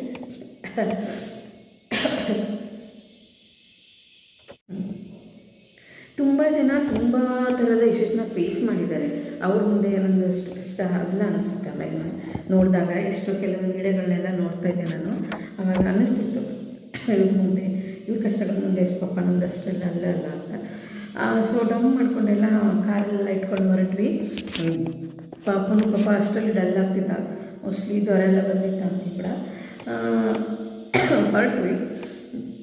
ಡ್ರೈವರ್ ಕೂಡ ತುಂಬ ಒಳ್ಳೆ ಹುಡುಗ ಅವರು. ಸೊ ಅಜ್ಜಿಗೆ ಅಂದ್ಬಿಟ್ಟು ಅವ್ರ ನಂಬರ್ ಕಳಿಸಿದ ನಂಬರ್ ಸೇವ್ ಮಾಡೋಕ್ಕಾಗಿಲ್ಲ. ಮಾಡಿದೆ, ಮೋಕ್ಷಿತ್ ಮೊಬೈಲ್ ಹೊಡೆದು ಹಾಕಿ ಆ ನಂಬರ್ ಹೊರಟೋಗ್ಬಿಟ್ಟಿದೆ. ಮತ್ತೆ ದಿವ್ಯ ಸೋಮವ್ರದ್ದು ನಂಬರ್ ಹೋಗಿದೆ. ನಾನು ಇವ್ರೇನಾದರೂ ನೋಡಿದ್ರೆ ದಿವ್ಯ ಸೋಮವ್ರು ಮೆಸೇಜ್ ಮಾಡಿದ್ದೀನಿ ಫೇಸ್ಬುಕ್ಕಲ್ಲಿ, ನಂಬರ್ ಕೊಡಿ ಮತ್ತೆ ಅಂತ ಹೇಳ್ಬಿಟ್ಟು. ಈ ವಿಡಿಯೋದಿಂದ ನನ್ನ ನಂಬರ್ ಇರುತ್ತಲ್ಲ, ಪ್ಲೀಸ್ ನನ್ನ ನಂಬರ್ಗೆ ನಿಮ್ಮ ನಂಬರ್ನ ಮೆಸೇಜ್ ಮಾಡಿ, ವಾಟ್ಸಪ್ ಮಾಡಿ. ಸಾಜಿದ್ ಅಂತ ಹೇಳ್ಬಿಟ್ಟು ಹುಡುಗ, ತುಂಬ ಒಳ್ಳೆ ಹುಡುಗ, ತುಂಬ ಹೆಲ್ಪ್ ಆಯಿತು. ಒಂಚೂರು ಏನೂ ಇದು ಮಾಡ್ಕೊಳ್ಳಿಲ್ಲ. ಎಲ್ಲ ವಿಂಡೋಸ್ ಓಪನ್ ಮಾಡಿದ್ವಿ, ಬೇಗ ತೊಗೊಂಡೋಗಿ ಕರ್ಕೊಂಡೋಗಿ ಬಿಡೋಕ್ಕೆ ಟ್ರೈ ಮಾಡ್ತಿದ್ರು. ಆನ್ ದಿ ವೇ ಮೈಸೂರಿಗೆ ಹೊರಡ್ತಾ ನನಗೆ ತುಂಬಾ ಈ ಥರ ಎಲ್ಲ ಹೆದರಿಕೆ, ಭಯದಿಂದ, ಸ್ಟ್ರೆಸ್ಸಿಂದ, ಪ್ಯಾನಿಕ್ಕಿಂದ ನನಗೆ ತುಂಬ ಸುಸ್ತಾಗಕ್ಕೆ ಸ್ಟಾರ್ಟ್ ಆಯಿತು. ಮುಂದೆ ಕೈಯಲ್ಲಿ ಇಟ್ಕೊಂಡಿದ್ದೀನಿ ಮಗುನ, ಸೈಡಲ್ಲಿ ಲಗೇಜೆಲ್ಲ ಇಟ್ಕೊಂಡಿದ್ದೀನಿ. ನನಗೆ ಆ ಕಡೆ ಮೂವ್ ಆಗೋಕ್ಕಾಗ್ತಾಯಿಲ್ಲ, ಸುಸ್ತು. ಅದು ತಲೆಯಲ್ಲಿ ಬಂದುಬಿಟ್ಟಿದೆ ಒಂದು. ನಮ್ಮ ಪಾಪ ಸುಮ್ಮನೆ ಒಂದೇ ಜಾಗದಲ್ಲಿ ಕೂತಿದ್ದ 70 ಕಿಲೋಮೀಟರ್ಸ್ ಬರೋ ತನಕನೂ. ಅದು ಏನು ತಿಂತಾಯಿಲ್ಲ. ಒಂದು ಬಿಸ್ಕೆಟ್ ಕೊಟ್ಟಿದ್ದ, ಕೈಯಲ್ಲೇ ಹಿಡ್ಕೊಂಡಿದ್ದ. ಅದು ನಮಗೆ ತಿನ್ನೋಕ್ಕಾಗ್ತಾ ಇರಲಿಲ್ಲ ಅವನಿಗೆ. ನನಗೆ ಸುಸ್ತಾಗ್ತಾಯಿತ್ತು. ಫಸ್ಟ್ ಆಫ್ ಆಲ್ ನಮ್ಗೆ ಸ್ವಲ್ಪ ಕಾರು ಸುಸ್ತಾಗುತ್ತೆ. ಎಷ್ಟು ವರ್ಷಗಳಿಂದ ನಮ್ಮ ಕಾರಲ್ಲೂ ಹಂಗೆ. ನಾನು ಒಂದು ಕಡೆ ಈ ಥರ ಕೂತ್ಕೊಂಡ್ರೆ ಜಾಸ್ತಿ ಟ್ರಾವೆಲಿಂಗ್ ಜಾಸ್ತಿ ಆಗೋಲ್ಲ. ಸ್ವಲ್ಪ ಗ್ಯಾಸ್ಟ್ರಿಕ್ ಮತ್ತು ಆ ಥರ ಇರೋದ್ರಿಂದ ವಾಮಿಟಿಂಗ್ ಸೆನ್ಸಿ ಸುಸ್ತಾಗ್ತಾ ಇರುತ್ತೆ. ಅದು ಯಾವತ್ತಂತಲ್ಲ, ಯಾವಾಗಲೂ ಆಗ್ತಾಯಿತ್ತು. ಹಾಗೆ ಇರ್ಬೋದು ಅಂದ್ಕೊಂಡೆ. ಬಟ್ ಮಧ್ಯದಲ್ಲಿ ನಂಗೆ ಭಯ ಸ್ಟಾರ್ಟ್ ಆಯಿತು. ನಂಗೆ ಮೂವ್ ಆಗಲಿಕ್ಕೆ ಆಗ್ತಾಯಿಲ್ಲ, ಸುಸ್ತಾಗ್ತಿತ್ತು. ಪಾಪು ಒಂಚೂರು ನೀರು ಕುಡ್ಸೋಕ್ಕಾಗ್ತಾಯಿಲ್ಲ. ಅವನಿಗೆ ಬಿಸ್ಕೆಟ್ ಕೂಡ ತಿನ್ಸಿದ್ದು. ನಾನು ಸುಮ್ಮನೆ ಹಿಂಗೆ ಕೂತಿರ್ತಿದ್ದೆ. ಭಯ, ನನಗೇನೋ ಉಸಿರು ಕಟ್ಟಿಬಿಡ್ತಾ ಆಗ್ಬಿಡುತ್ತೆ ಅಂತ ನನ್ನ ಡ್ರೈವರ್ ಹತ್ರ ಶೇರ್ ಮಾಡ್ಕೊಳ್ತಾ ಇದ್ದೆ. ಪಾಪ ಮಧ್ಯದಲ್ಲಿ ಕಾರ್ ನಿಲ್ಲಿಸಿ ನೀರು ತಂದು ಕೊಟ್ಟರು, ಬಿಸ್ಕೆಟ್ಸ್ ತಂದು ಕೊಟ್ಟರು. ಪಾಪಗೆಲ್ಲ ನೀರು ಕ್ಯಾಪ್ ಓಪನ್ ಮಾಡಿ ಕುಡ್ಸೋಕ್ಕಾಗ್ತಾಯಿಲ್ಲ ಕಂಡ್ರೆ ಸುಸ್ತಾಗ್ತಿದೆ. ಈ ಒಂದು ವಸ್ತು ತೆಗೆದು ಹಿಂಗೆ ತೆಗ್ತಲ್ಲ. ಫಸ್ಟ್ ಆಫ್ ಆಲ್ ಕಾರಲ್ಲ, ನನಗೆ ಆಗ್ತಾ ಇರಲಿಲ್ಲ. ನನಗೆ ಭಯ ಆಗ್ಬಿಡ್ತು. ನನಗೇನೋ ಆಗುತ್ತೆ ಅಂತೇಳಿ ಅಂದ್ಕೊಂಡೆ. ಡ್ರೈವರ್ ಇಲ್ಲಿ ಮಧ್ಯದಲ್ಲಿ ಯಾವುದಾದ್ರು ಮೆಡಿಕಲ್ ಶಾಪ್ ಇದ್ದರೆ ಒಂದು ಆಕ್ಸಿಮೀಟರ್ ತೊಗೊಳ್ಳಿ, ನಾನು ಆಕ್ಸಿಜನ್ ಚೆಕ್ ಮಾಡಿದ್ರೆ ಗೊತ್ತಾಗುತ್ತಲ್ಲ ಅಟ್ಲೀಸ್ಟು. ನಾನು ಅಂದ್ಕೊಂಡೆ ನಾನು ಮಾರ್ಗ ಮಧ್ಯದಲ್ಲಿ ಸುತ್ತೋಗ್ಬಿಡ್ತೇನೆ. ವಿಡಿಯೋ ಮಾಡ್ತಾಯಿದ್ದೆ, ಪಾಪು ಎದ್ದ ತಕ್ಷಣ ಓಡಬೇಕು ನೋಡಿ. ಮಧ್ಯದಲ್ಲಿ ಮಲಗಿದಾಗ ವಿಡಿಯೋ ಮಾಡ್ತಿರ್ತೀನಿ, ಮತ್ತೆ ಹೇಳ್ತಾನೆ, ಮತ್ತೆ ಹೋಗ್ಬೇಕು. ಅದಕ್ಕೆ ಡಿಸ್ಟರ್ಬ್ ಆಗೋದಂತೆ ವಿಡಿಯೋನೇ ಮಾಡಿರೋದಿಲ್ಲ. ರಾತ್ರಿ ಟೈಮ್ ಮಾಡೋಣ ಅಂತಂತ ಮಾಡ್ತಿರ್ತಿದ್ದೆ. ಈಗ ಹಾಗೆ ಡಿಸ್ಟರ್ಬ್ ಮಾಡಬಾರ್ದು, ಕೇರ್ಫುಲ್ಲಾಗಿ ನೋಡ್ಬೇಕು. ಯಾಕಂದರೆ ಮೊಬೈಲಲ್ಲಿ ಸ್ಟಾಪ್ ಮಾಡಿದ್ದೆ, 0 ಮೊಬೈಲ್ ಮಾಡಿದ್ದೀವಲ್ಲ, ಹಾಗಾಗಿ ಫುಲ್ ಕೊಡಬೇಕಂತ ಹೇಳಿಬಿಟ್ಟು ನಾನು ಭಾಳಷ್ಟು ವಿಡಿಯೋ ಕಮ್ಮಿನೇ ಮಾಡ್ತಾಯಿದ್ದೀನಿ. ಮೋಕ್ಷಿತೆಗೆ ಪಾಪಗೆ ಟೈಮ್ ಇದು ಮಾಡಬಾರ್ದು. ಮೊಬೈಲ್ ಇಲ್ಲ, 0 ಮೊಬೈಲ್ ಅಂದಾಗ ನಮ್ಮ ಪ್ರೆಸೆನ್ಸ್ ಅವ್ನಿಗೆ ಇರಬೇಕಂತ ಹೇಳ್ಬಿಟ್ಟು ಹಾಗಾಗಿ. ಸೊ ಅದ್ರ ಮಧ್ಯದಲ್ಲಿ ಎದ್ದಿದ್ದ, ಮತ್ತೆ ಅಳ್ತಾ ಇದ್ದ, ಮತ್ತು ಸಮಾಧಾನ ಮಾಡಿ ಮಧ್ಯಾಹ್ನ ಸೊ ಇಷ್ಟೆಲ್ಲ ಆಯಿತು. ನೆಕ್ಸ್ಟ್ ಕಾರ್ ಮಧ್ಯದಲ್ಲಿ ಹೊರಡ್ತಾ ಇದ್ದೆ. ಆವಾಗ ಅವ್ರು ಹೇಳಿದ್ನಲ್ಲ, ಕಾರ್ ಡ್ರೈವರ್ ಹುಡುಗ ತುಂಬಾ ಒಳ್ಳೆ ಹುಡುಗ ಕಣ್ರಿ. ಈ ವಿಡಿಯೋದಲ್ಲಿ ಅವ್ರಿಗೂ ಕೂಡ ತುಂಬ ಥ್ಯಾಂಕ್ಸ್ ಹೇಳೋಕ್ಕೆ ನಾನು ತುಂಬ ಇಷ್ಟಪಡ್ತೀನಿ. ಪಾಸಿಟಿವ್ ಅನ್ನೋದು ನಂಗೆ ಗೊತ್ತಿದ್ದು, ಅವ್ರು ಬಂದಿರ್ತಾರೆ ಗೊತ್ತಿದ್ರು ಚೂರು ಹೆಸಿಟೇಟ್ ಮಾಡಿದೆ, ಹೆಲ್ಪ್ ಮಾಡ್ತಾಯಿದ್ರು ಹುಡುಗ. ಆ ವಿಷಯ ನನಗೆ ಭಾಳ ತುಂಬ ಖುಷಿ ಅನ್ನಿಸ್ತು. ನಮ್ಮವರು ನಮಗೆ ಆಗದೆ ಇದ್ದಾಗ ಈ ಥರ ಅಂದರೆ ನಮ್ಮವ್ರು ನಮ್ಗೆ ಆಗೋದಂತೆಲ್ಲ ಸ್ವಲ್ಪ ಹೆದರ್ತಾಯಿದ್ರು. ಆ ಟೈಮಲ್ಲಿ ಯಾರು ಕೂಡ ಹೆದರ್ತಾಯಿದ್ರು. ಆಗೆಲ್ಲ ಹಳ್ಳಿಗಳಿಗೆಲ್ಲ ಹೊಸ್ದಾಗಿ ಬರ್ತಾಯಿತ್ತು. ಆವಾಗೇನು ಅದು ಭಯ ಇರ್ತಿತ್ತು ಎಲ್ಲರಿಗೂ. ಈ ಟೈಮಲ್ಲೆಲ್ಲ ನಮಗೆ ನಾವು ಜಾತಿ ಮತ ಭೇದ ನೋಡ್ದೇ ಒಬ್ರಿಗೊಬ್ರು ಸಹಾಯ ಮಾಡೋದಂದಾಗ ಆವಾಗಲೇ ನಾವು ಏನು ಹ್ಯುಮ್ಯಾನಿಟಿ ಬಗ್ಗೆ ಗೊತ್ತಾಗೋದು. ಆ ಟೈಮಲ್ಲೇ ನಮಗೆ ಮನುಷ್ಯತ್ವದ ಬಗ್ಗೆ ಇದಾಗೋದು. ನನಗೆ ಭಾಳ ಖುಷಿ ಅನ್ನಿಸ್ತು.